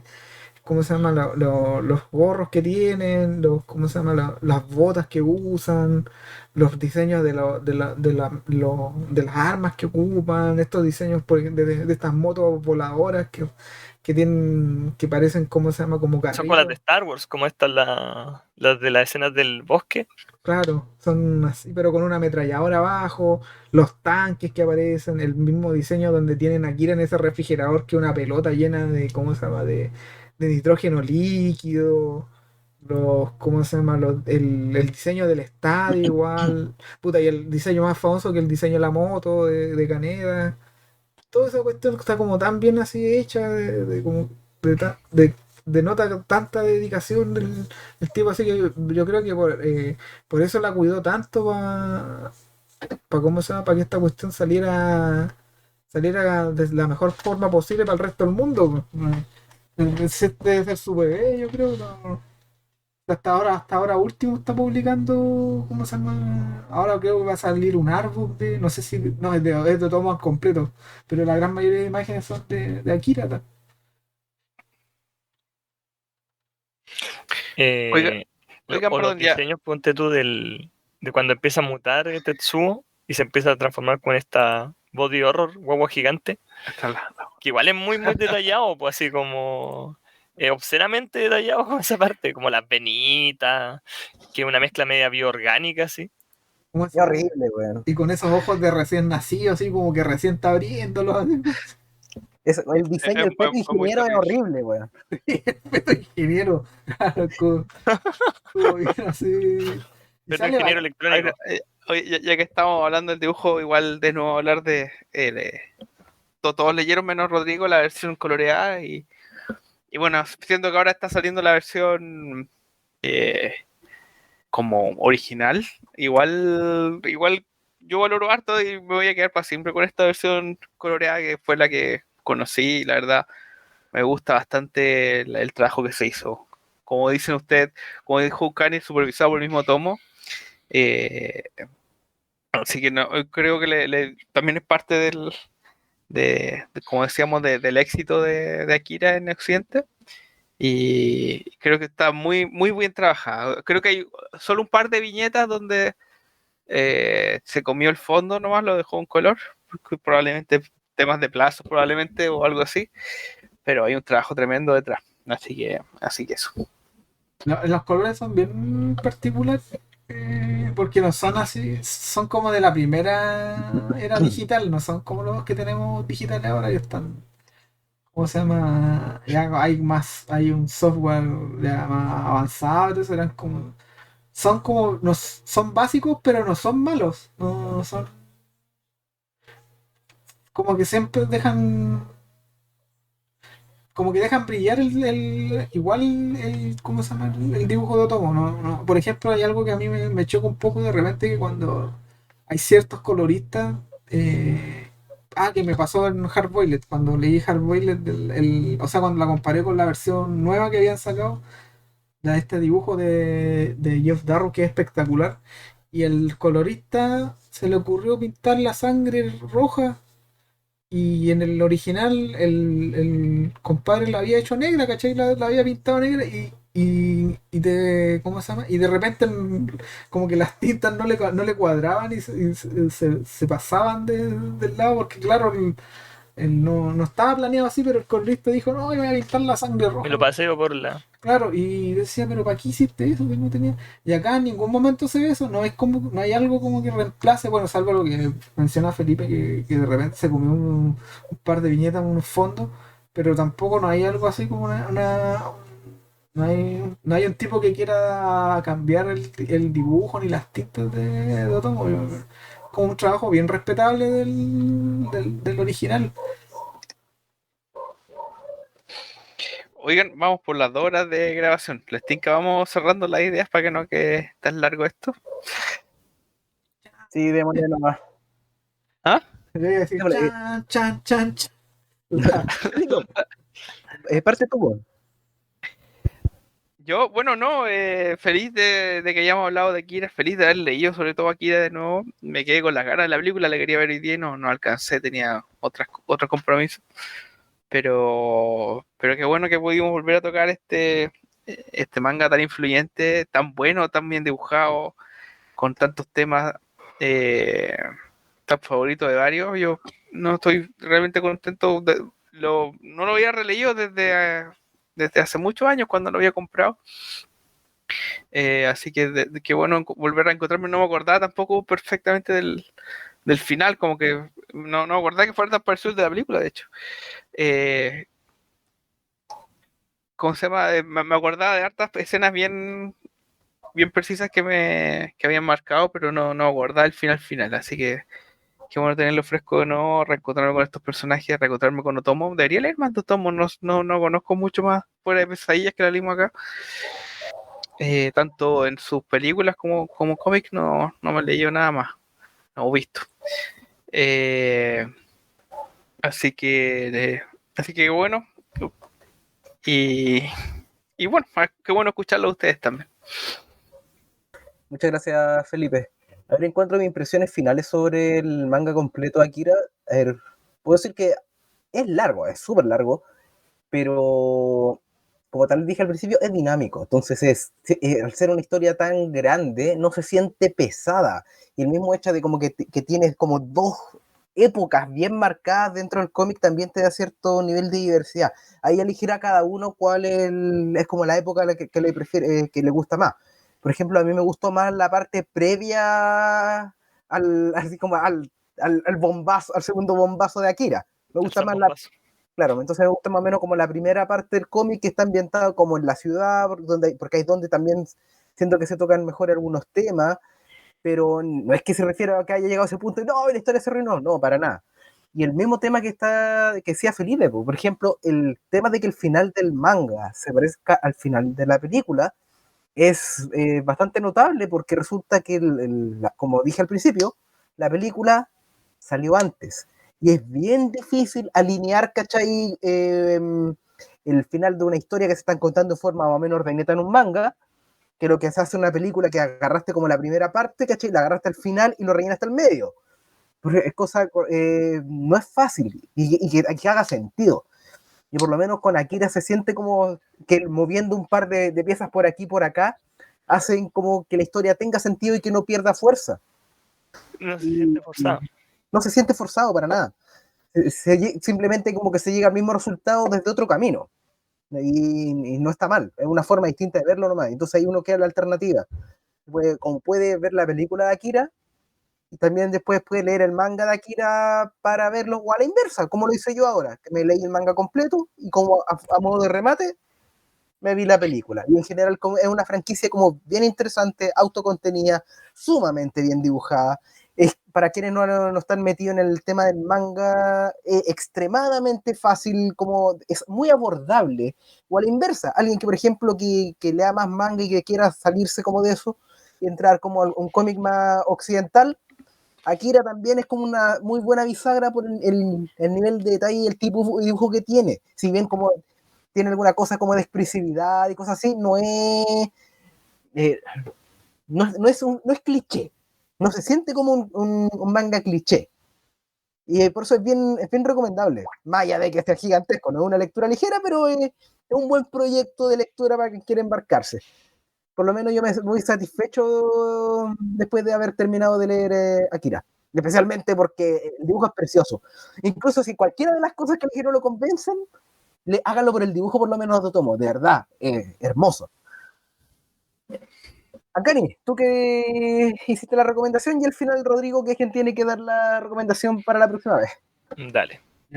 Puta, yo muy agradecido porque lo hayan leído, porque igual es como una inversión de tiempo más o menos. Si bien bien rápido, es bien absorbente la historia, por así decirlo. Uno empieza a leer y como que no se da cuenta, lleva 200 páginas y está viendo más. Así que yo no sé cómo esa gente que leyó esos tomos chicos soportaba la espera y el cambio de tomo y todo eso. Y puta, para mí es como. Debe ser mi manga favorito. Yo leo poco manga, pero por lo general trato de irme como a la segura y siempre cuando lo leo, como que Sandía Calá. Es una sandía calá, pero lo paso bien. Encuentro que tiene hartas ideas, se puede, ¿cómo se llama? Se puede masticar harto, se puede contrastar a medida. Yo cuando la primera vez que vi la película y leí el manga no tenía idea de la historia de Japón, pues no tenía idea cuáles eran los sentimientos, ¿cómo se llama? De la posguerra y nada de eso, y uno a medida que se está haciendo más nerd empieza como a averiguar cosas y ahí empieza a sacar ideas que yo tomo, como se me insufla en el mismo manga, entonces se puede uno repetir, leerlo nuevamente y sacar cosas nuevas. Así que estoy muy agradecido que lo hayan leído. Yo en El hambre de Otomo leí un manga que él guionizó, pero no el dibujo, que se llama La leyenda de la madre Sara. A Que ese es bien famoso igual, pues. Que sí, viene Sí, después de este, creo. lo he visto en la portada, no lo conozco ni de qué se trata. es como se llama, es bien también, es un futuro tipo Mad Max, donde una mujer tiene que encontrar a sus hijos. El personaje tiene mucho del personaje que estábamos hablando también antes, de esta mujer bien fuerte, ¿cachai? Que es como bien sensible también, es bien parecido, yo lo recomiendo arte. Bueno, el final Chisako creo que se llama acá. cero, claro. El final es medio loquito, pero es bueno igual. Así que se lo recomiendo igual si tienen como más hambre de otoño. Y vuelvo a repetir, es como decía Fantasma, si no le gusta el manga, por último hágalo por el dibujo, porque hasta el dibujo, bueno, es como se llama. Es, yo lo recomendaría hasta que lo compraran porque es como se llama. Es como que le da hasta prestigio a al librero, yo creo que es como bien. Akira, ¿cachai? Te lo voy a mostrar. Oye, y es bueno, sí, es bueno. Yo encuentro que es una excelente obra, tiene muchas ideas, no es solamente el viaje, como decía en esa maldita reseña que no, Te quedaste pegado con esa reseña. es que no era el viaje, si tenía hartas cosas, y a medida que uno lo va leyendo, eso repito, a medida que uno lo va leyendo empieza a darle contexto, uno empieza a entender ciertas decisiones, cómo se comportan los personajes, las cosas que van apareciendo. Y está lleno de eso aquí. Es muy largo, sí, pero es muy entretenido también. Así que eso nomás. Me dedico solamente a ¿cómo se llama? Como estos monjes a predicar la ley de Akira, ¿no? El gran imperio Akira. Antes de dar el pase final a Rodrigo, quiero indicar específicamente que me caía muy mal el personaje del hombre pájaro, así que me dio mucho gusto ver cuando se lo echan. Estos El weón personajes, que sapeaba cuando estaban acercándose a los espías. sí, esos Sí, personajes son muy terroríficos. Todos los que salen ahí en esa sección son muy terroríficos. ya. Rodrigo, tus palabras finales sobre Akira y qué es lo que tienes en mente para la próxima lectura. Ya. Bueno, destacar un poco una de las cosas que hemos conversado en estas 2 horas casi ya. Las ideas de Otomo que logra expresar muy bien, siento yo, en este manga. Su interés, el tema, por ejemplo, eso de tener protagonistas jóvenes, el tema de lo que hablábamos sobre las figuras de influencia y cómo la gente decide hacer la voluntad de estas personas sin a veces cuestionarse mucho. Los temas como de las rivalidades que se forman entre Tetsuo y Kaneda. El arte yo creo que de las cosas más espectaculares que vemos en el manga y que es cuático porque han pasado desde la publicación del manga, ¿cuánto? Llevamos como cerca de entre 30 y 40 años, porque no sé si 40 considerar cuándo años, desde que empezó. no sé si considerar, claro, desde cuando se empieza o cuando se termina. ¿De cuándo se considera el aniversario de estas cosas? Desde que Yo creo empezó. yo creo que el debut, po. Bueno, Es como el nacimiento. entonces llevamos como cerca de los 40 años y te cuesta pillar mangas que tengan igual esta calidad, este nivel de detalle, igual ahora actualmente.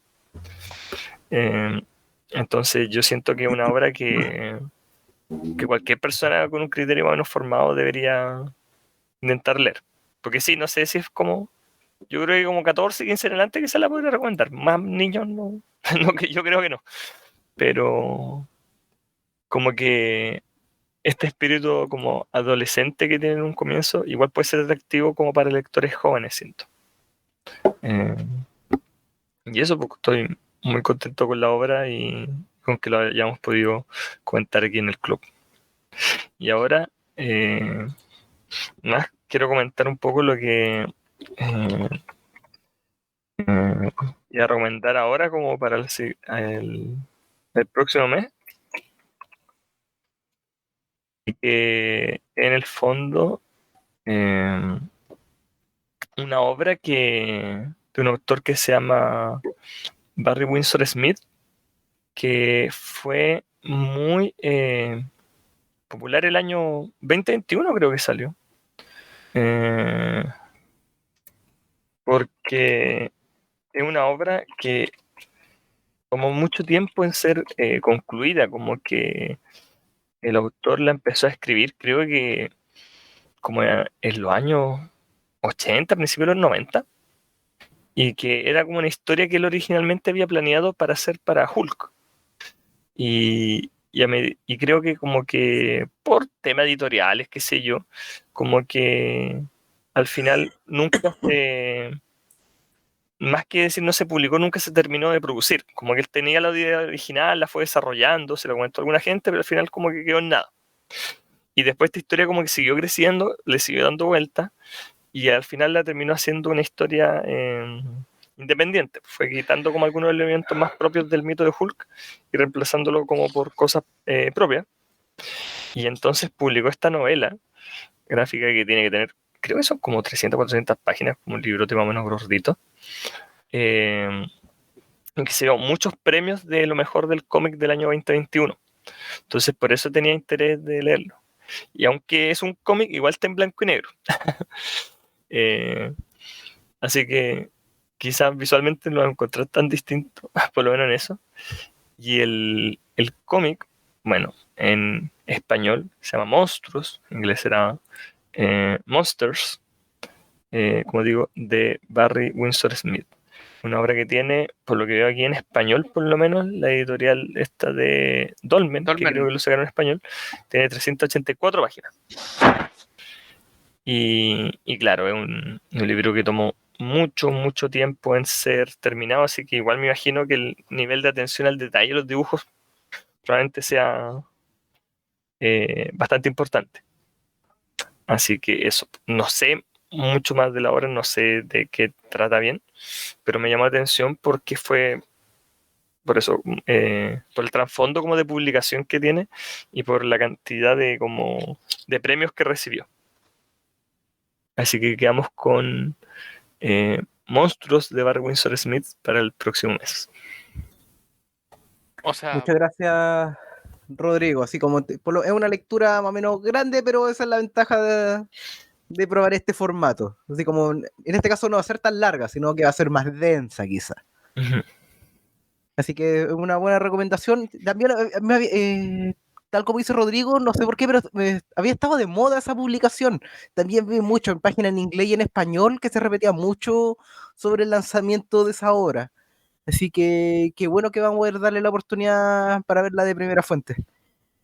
Así que esos chicos les agradezco nuevamente el haber participado el día de hoy. Ojalá que haya valido la pena el descanso y no dejar la lectura a última hora. Pues. Aprovechar como que partimos bien este año para no repetir los errores de antes. Especialmente con una lectura que es más gordita. Buena, Así, monstruo. eso yo no la cacho, así que va a ser mi primera vez con esa lectura. Así que chicos, ahí nos estamos viendo en un mes más. Chao, chao. un Cuídense. gusto volver a verlo, a volver a escucharlo. Nos vemos en un mes. Estamos viendo, chicos, Chau, chau. que estén bien. Chao y gracias por escuchar.